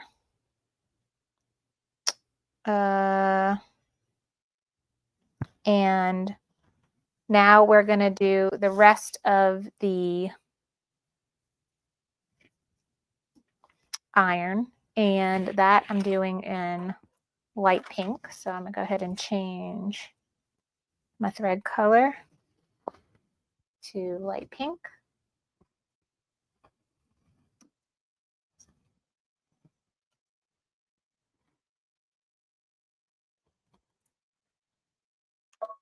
But yeah, if I were using my own fabrics and I wanted to like make my iron, my applique iron match my in real life iron, I would make it blue on the inside and white on the outside, because that's what color my iron is.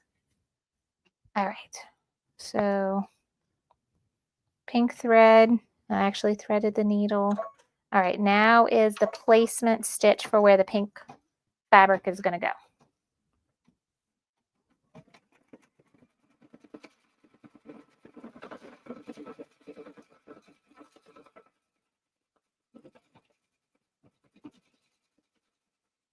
And again, I still have this twine going up and out of the way.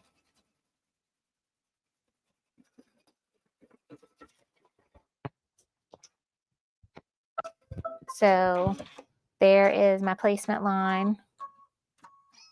And I think that's it. Okay, I got a little thread tail on the trim. If it lets me. Okay, that's done. So now we're going to take the fabric we want for the iron and just cover up that whole placement stitch. And now is the tack down.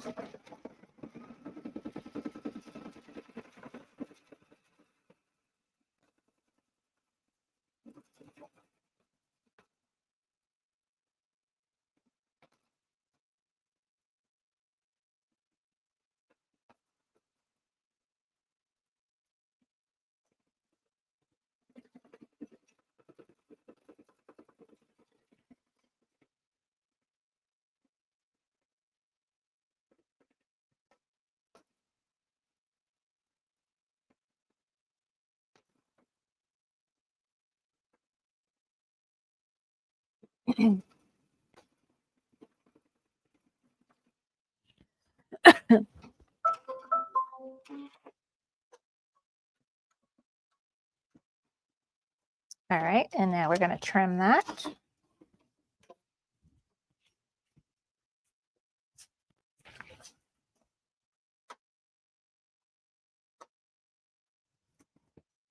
Okay, so this is what it looks like after doing the tack down stitch for the pink bit of the iron.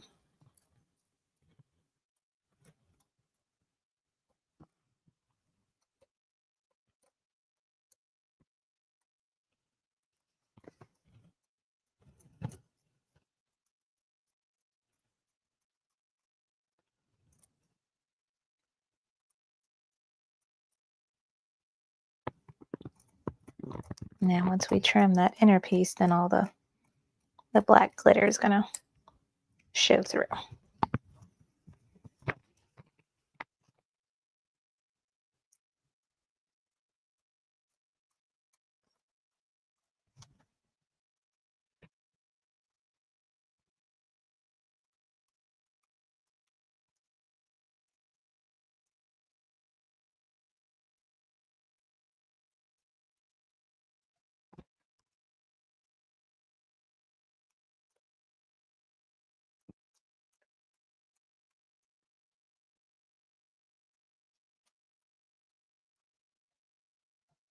Okay, now that's done.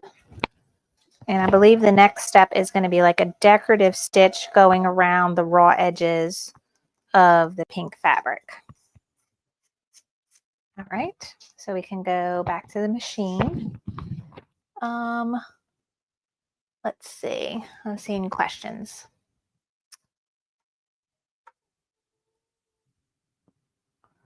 Terry, no, you don't need to color store the spool pattern if you are just doing one spool per hoop.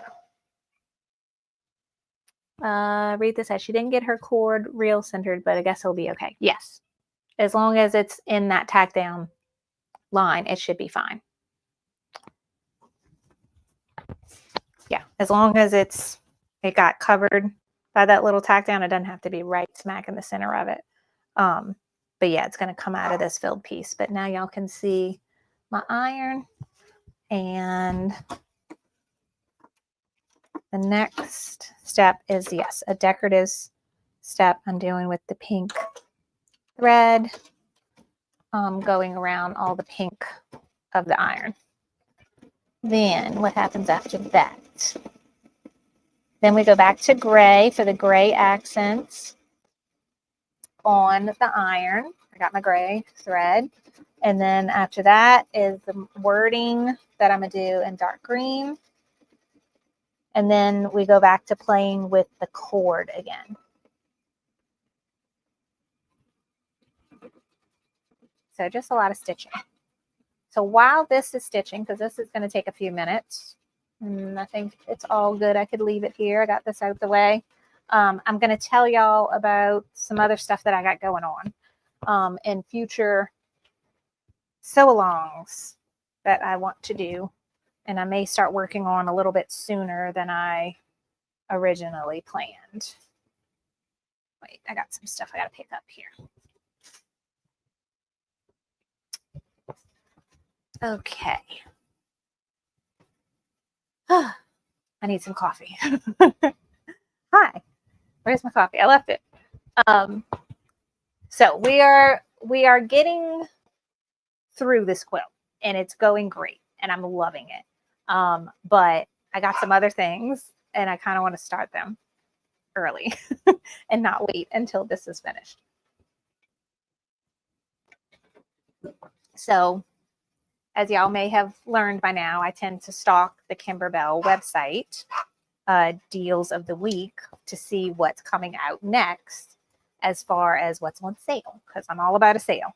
And a few weeks ago, they had a sale on a project I probably should have started with, but it is a bench pillow. So Kimberbell makes a beautiful featured wall hanging quilts, which is what we're working on now. They also make beautiful bench pillows, and those are a smaller project. which may be less intimidating for those of y'all that have not done this before. And also come with a smaller price tag, because I know I got sticker shock the first time I priced out doing one of these quilts. So their 4th of July themed bench pillow called Main Street Celebrations was on sale a few weeks ago on Kimberbell. And I'm gonna go back to the machine. And I bought it. I told, for those of y'all that follow me on Facebook and are on my email newsletter, y'all probably heard about this already, but that I went ahead and bought it, and I want that to be our next sew along. But when I look at the calendar, if I wait until this quilt is done to start it, it's not going to be even ready to show for 4th of July. The whole reason why I wanted it, because I want to have it displayed, you know, before the holiday. This we could display anytime. This is a year-round quilt. So, did I thread my needle? Yes. And my kids are getting out of school for summer right before Memorial Day. And the likelihood of me getting to make videos when my kids are home are very, very small. So they're at school right now. So I have free reign to work on what I need to work on. But when they're home, all attention is on them. Y'all know kids.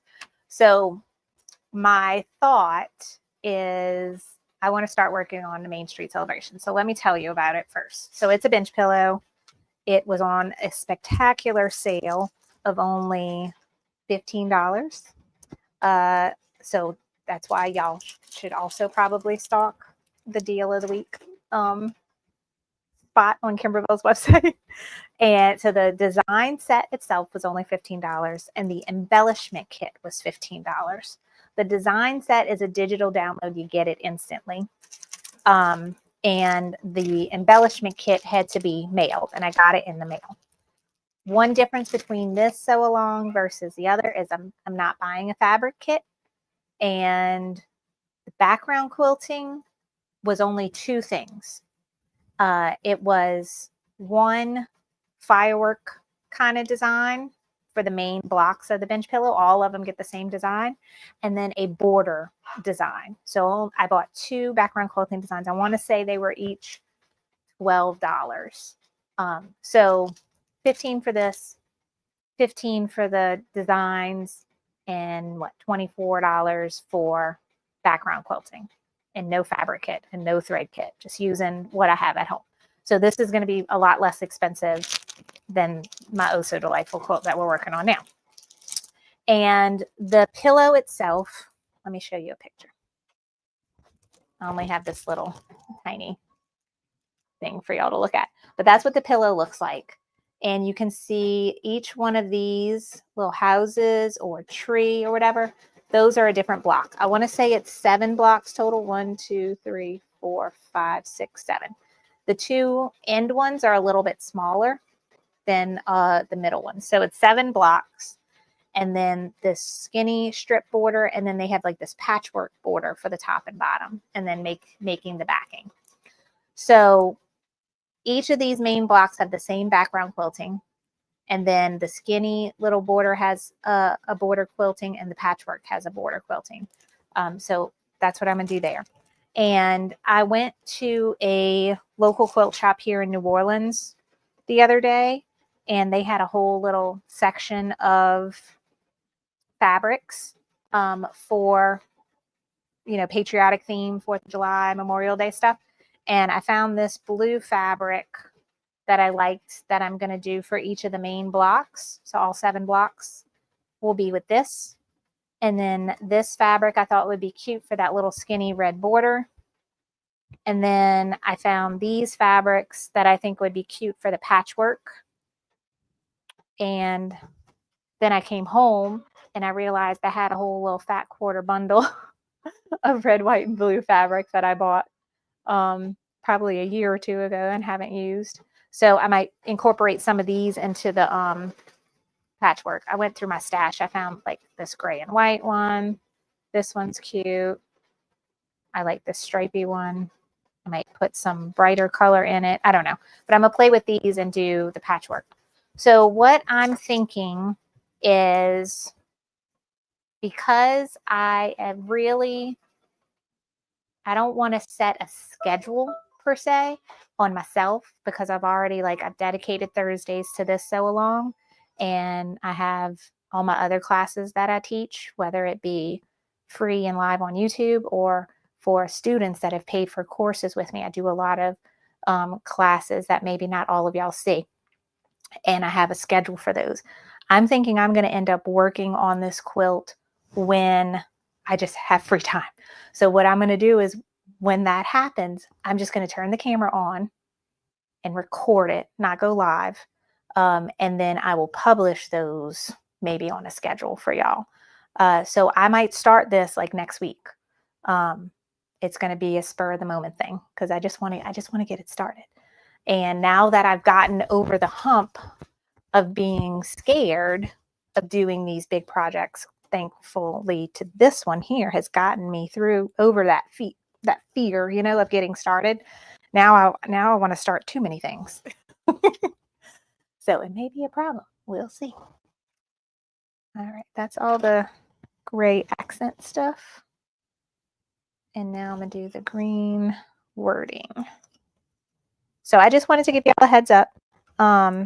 And there's going to be no specific time for this Main Street Celebration one. I'm just going to publish them on my YouTube channel as I finish the blocks. And I won't do them live. But what I'll do is I will monitor the comments so that I can, answer y'all. We may even do something that's called a live premiere, where I show you the recorded video, but we still have a live chat for those that watch it live, something like that. We'll make it fun. All right, I'm making sure this twine is out the way. And now it's going to do some wording here, and I'm doing that in the dark green. What comes after that? Then we go back to black thread after this. So I'm going to load my black. Now, for those of y'all who didn't catch the sale when I did, you could still purchase that bench pillow. It is on Kimberbell's website as a digital download.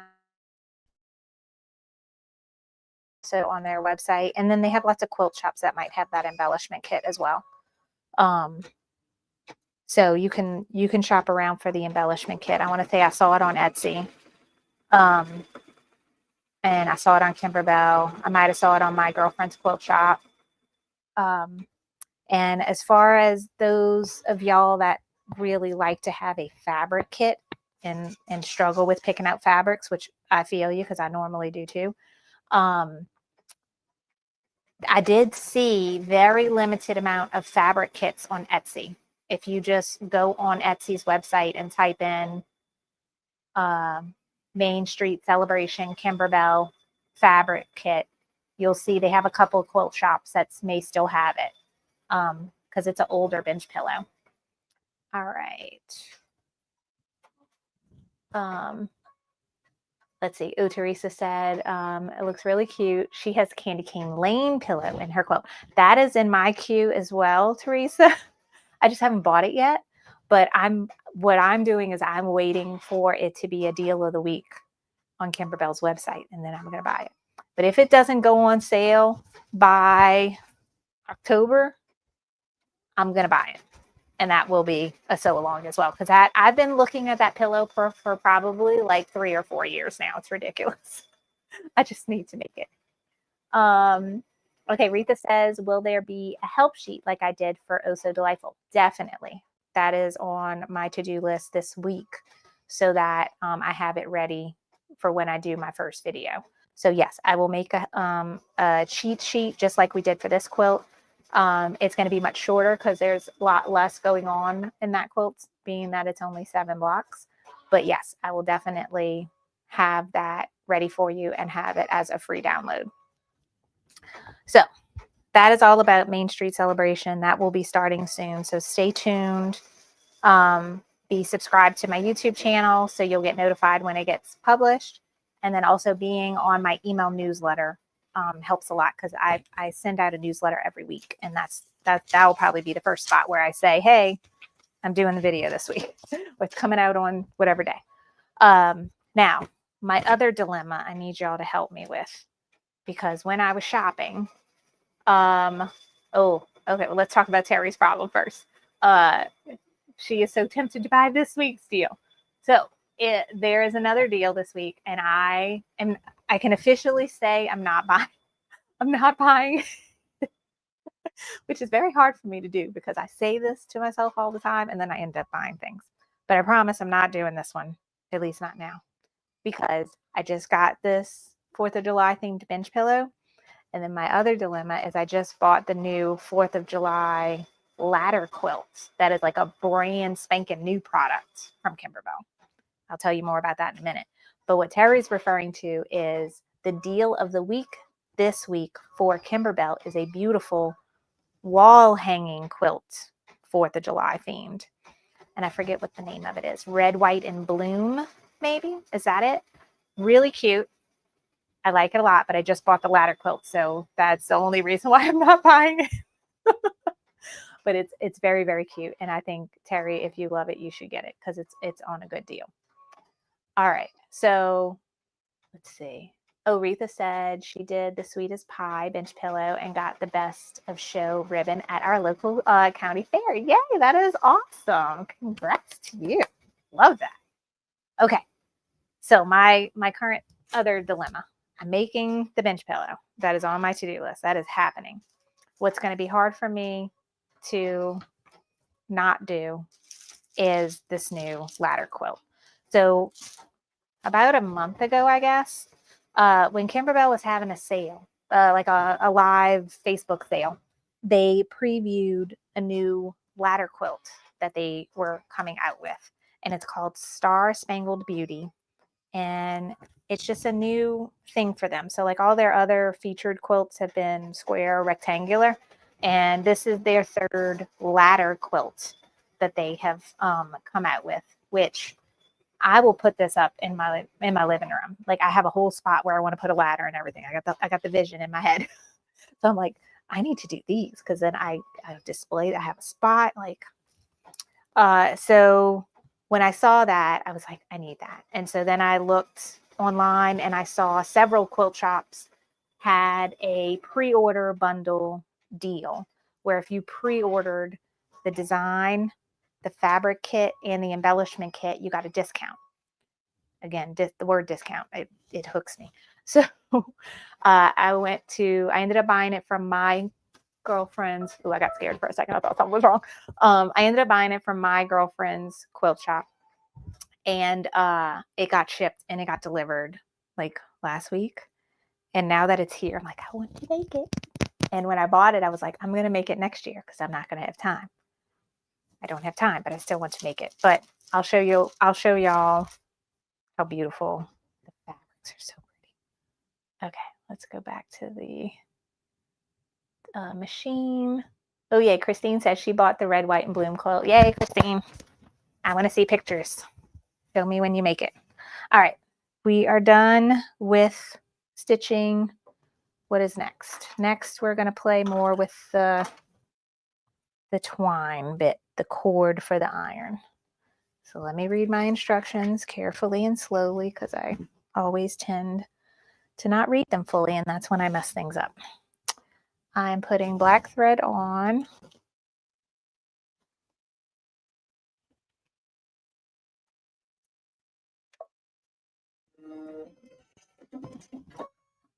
Okay, now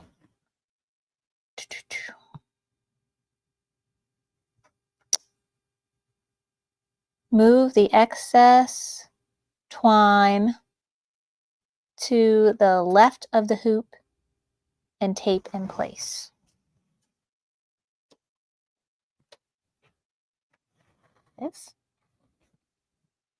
This way. It just wants it out the way. Okay, it's out the way. All right.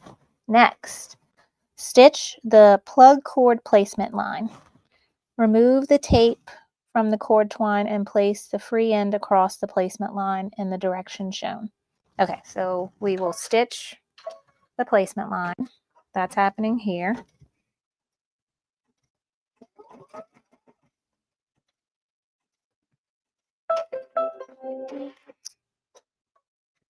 Okay. And basically now what's happening is we are going to play with our twine so that it goes in a direction that we want. So let's go over to the craft table so y'all can see this better.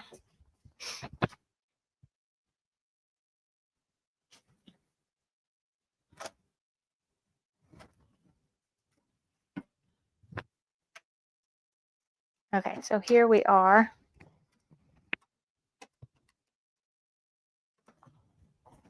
And here is the little placement stitch that it just did. And if I use my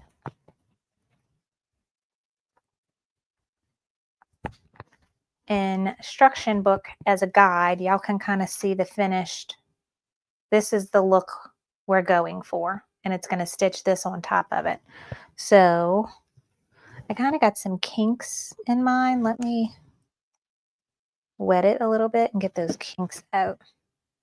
So if you have any kinks in yours from where it was wrapped around the little paper cardboard piece like this, get those kinks out. All right, and then I am going to figure out where I want it.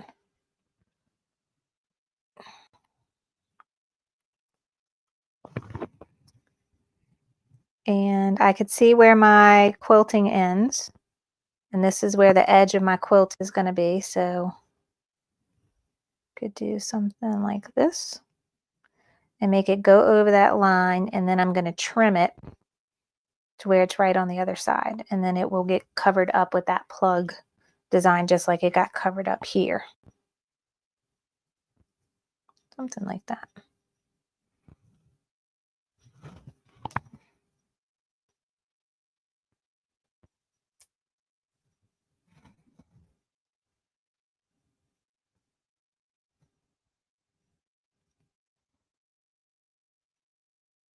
Okay, and then you can, where did I tape it? Once you have it, like where you want it, you can tape it so it doesn't move on accident. So you just kind of put some pieces there.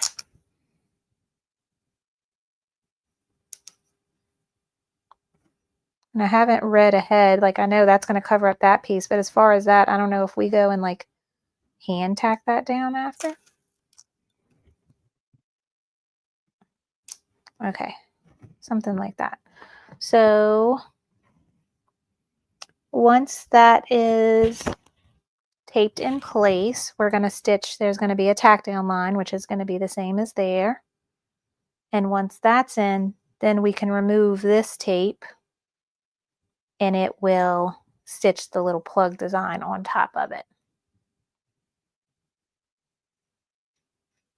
Okay.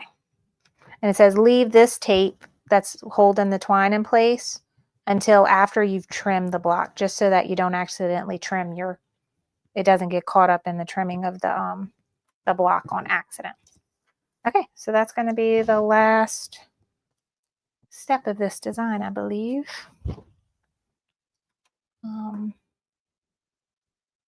Back to the machine. Oh, Retha said she bought the red, white, and bloom too. Okay, y'all are giving me FOMO now. Now y'all are going to want to make me buy it because y'all all got it. Okay, so this is the tack down. Where's my, I don't know where my stiletto is. Okay, that's good.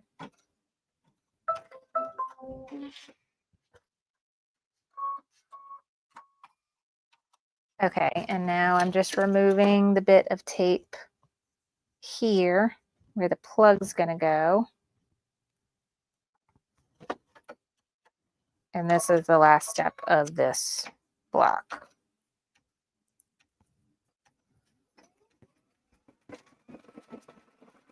I know, actually, Let me trim this a little bit more because there's a lot poking out here. I don't want it to get caught up. Okay. All right. Now go. Everything's out the way. Okie dokie. Y'all are giving me FOMO now. Watch, I'm going to go buy that other quilt. Okay. Marina says, sorry so late. I have to catch the replay. My daughter's wedding dress fitting. Yay, Marina. That's so exciting. Congrats. Oh, okay. So Marina's making me feel better. She didn't get the red, white, and bloom quilt, but she is feeling the urge to get the Bella box. I got the Bella box. I'm actually stalking my mailman to see when he brings it. So another problem. I said I wasn't going to get this year's this spring Bella box, and I did. I watched. They always do like a preview, and I said it like even before they did the preview. I'm like, I don't need another Bella box. I got a whole bunch of them. I still have projects I need to make from them. I'm like, and it was confusing when they said the theme. The theme was so timeless, and they were showing pictures from other Bella box. So like my first impression was that they were going to include like some of their most popular projects from previous Bella boxes. So that was what was in my mind going into it. So I'm like, okay, I'm not getting this one. I don't need another one. And yeah, that's not what happened. Cute, adorable projects. I watched the preview, and then I was like, I said I wasn't gonna buy it, but I'm still gonna get it. So I have a subscription where the box comes twice a year, and right before the time is, which this year was I think Monday or Tuesday, you can go like I could say I want to skip this box. That was my plan, but I didn't skip it, so it's getting mailed. So I'm stalking my my mailman. Okay, walk of shame. You twisted my arm. I'm getting the Bella box. Yay! We can do it together, Marina. I'm gonna make some things from it this time. I'm not gonna do like my other Bella boxes. I want that clock. I want that clock on the wall, right up there. That's getting made first. And that looks relatively simple. Like it's stitching, and then we just put the clock together. So we can do it together. It'll be fun. So let me see. Let me go back to the machine. We are stitching the little plug. Look how cute. It's so cute. So going back to the ladder quilts. What do y'all think? Do y'all think I should go ahead and just try to start making it? Do you want me to video making it, or should I just make it at midnight when it's the only time I have free time? Let me go get this. I'm probably going to be impatient.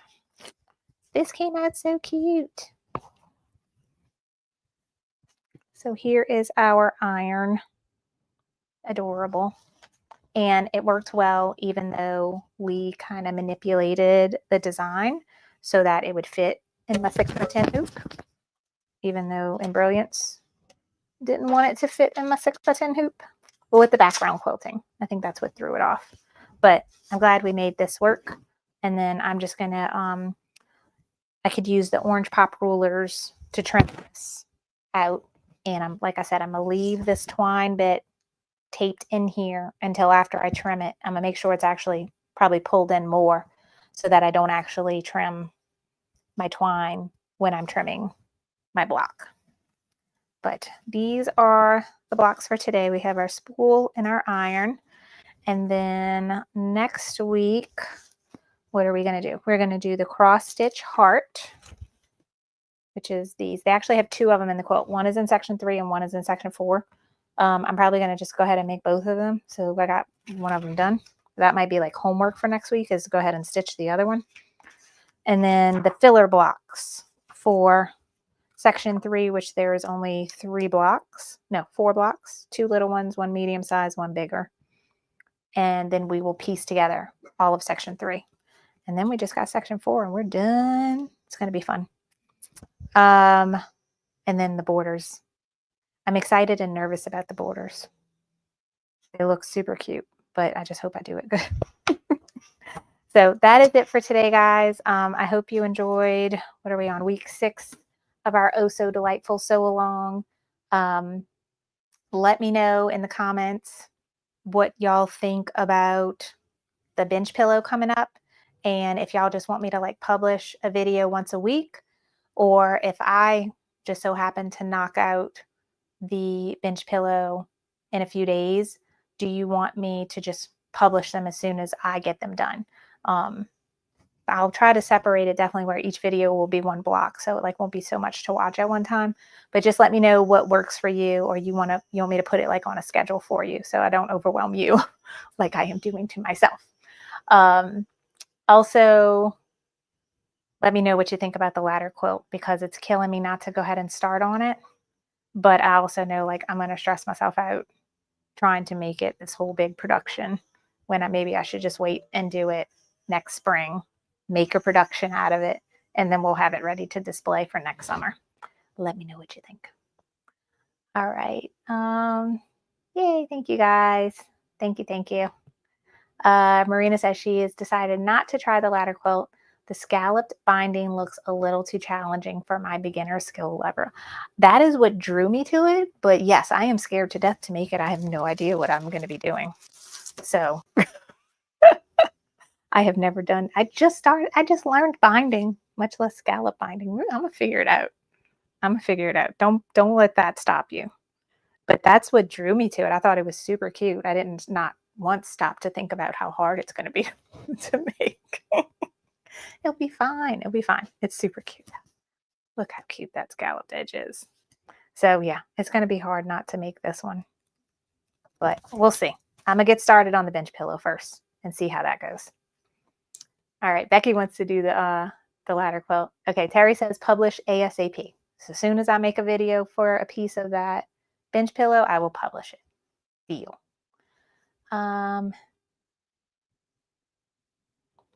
It will, so Elsa said it would be something to video and then can watch during your summer break. Yes. All right. Michelle says she is excited about the bench pillow. You can videotape it and we will all watch it at our leisure. Yay. Good. That's my goal. I like doing lives because they're I like being on a schedule. It holds me accountable. But I just know with the bench pillow, it's going to be a spur of the moment thing. So I'm just going to hit record, but it's going to look like a live because I suck at editing videos. So Kathy said she saw something on Kimberbell's video that there is a straight binding option. Yes, I think I heard and saw that as well. And I'm hoping they will have an instructional video on the scalloped binding. It looks like it's almost like it's not a mitered corner, but like semi-mitered. Like it looks like there's just like probably a little crease, something similar to what we do with the corners, but it's not as intense as being a right angle. I just looking because they have like a picture of it up close right there. I'm not holding this good. But yeah, it doesn't look like it's going to be too bad. We'll see. Yeah, Retha wants to do the Halloween ladder, but she needs to do some stuff she already bought. Same here. I bought the Halloween full quilt. What is it called? Candy corn quilt shop. I have everything for that. That was on sale last year, I think, on one of Kimberbell's deals of the week. And I have everything for that. So my plan is to start that quilt as soon as the kids are back in school in August and do a weekly live like we're doing now. So if you see Candy Corn Quilt Shop on sale anytime from now through August, grab it and we will start it in August. So, all right, guys. Well, that is it for today. I hope you have a wonderful rest of your Thursday. I will be back. What is my schedule? Speaking of schedules, I have one. My kids are start their spring break tomorrow. So I will be off the next few days playing with them and then have an Easter. So I hope y'all all have a wonderful Easter. And let's see, I will be back next Thursday for our next edition of this Sew Along. And I'll also have a Sip and Stitch next Friday. And we are going to be making a tote bag that I already started on, and it came out super cute. Let me show you. I found this design on Urban Threads, and I'm making these for my Elise's teachers at school. So it says, a book a day keeps reality away. And what the main thing we're going to go over in the class is how to stitch this on a flatbed machine by either opening up the seam of a pre-made tote bag and laying it flat so it's easy to hoop, or you can buy a tote bag. Where is it? Here. Kimberbell makes a blank tote bag that has the seams already open, so you can hoop it, stitch it, take it out, and then just put right sides together and just do a straight line up the side here. And they've serged the edges, so there's no like raw edge on it. This is actually made nicer than this tote bag. But yeah, so this is an option. So that's one thing we're going to go over, is how to make our tote bag flat so it's easier to hoop. The other thing is that I did this using a 5x7 hoop, and this is like an 8x8 design. The way this particular design is, now this is all going to be situational depending on the design. I was able to stitch the green and the light blue in one hooping, and then I took the hoop off and moved it and re-hooped it and stitched the dark blue and the purple in a separate hooping. And what I did, I used just printouts of, like, I printed out the design as a whole, and then I printed out each piece, and so I used that to help like align things to make sure it all goes good. So I wanted to do something different where I show you how to stitch a larger design in several hoopings. This is an easy one to start with too. It's very straightforward and easy to line things up. So that's what we're going to go over next Friday for Sip and Stitch. So y'all stay tuned for that. Ooh, VIP, Marina, when is our next VIP class? That is the following week on April 29th, is on a Tuesday. We usually have our VIP membership Zoom classes the last Tuesday of every month. And that class, we are going to be making a faux leather tray, where we're going to make the tray from like scrap vinyl we have here in your craft room, and stitch on it. And then we're going to add snaps to it. So it's just going to look like a flat piece first when we stitch it. And then we're going to add snaps to the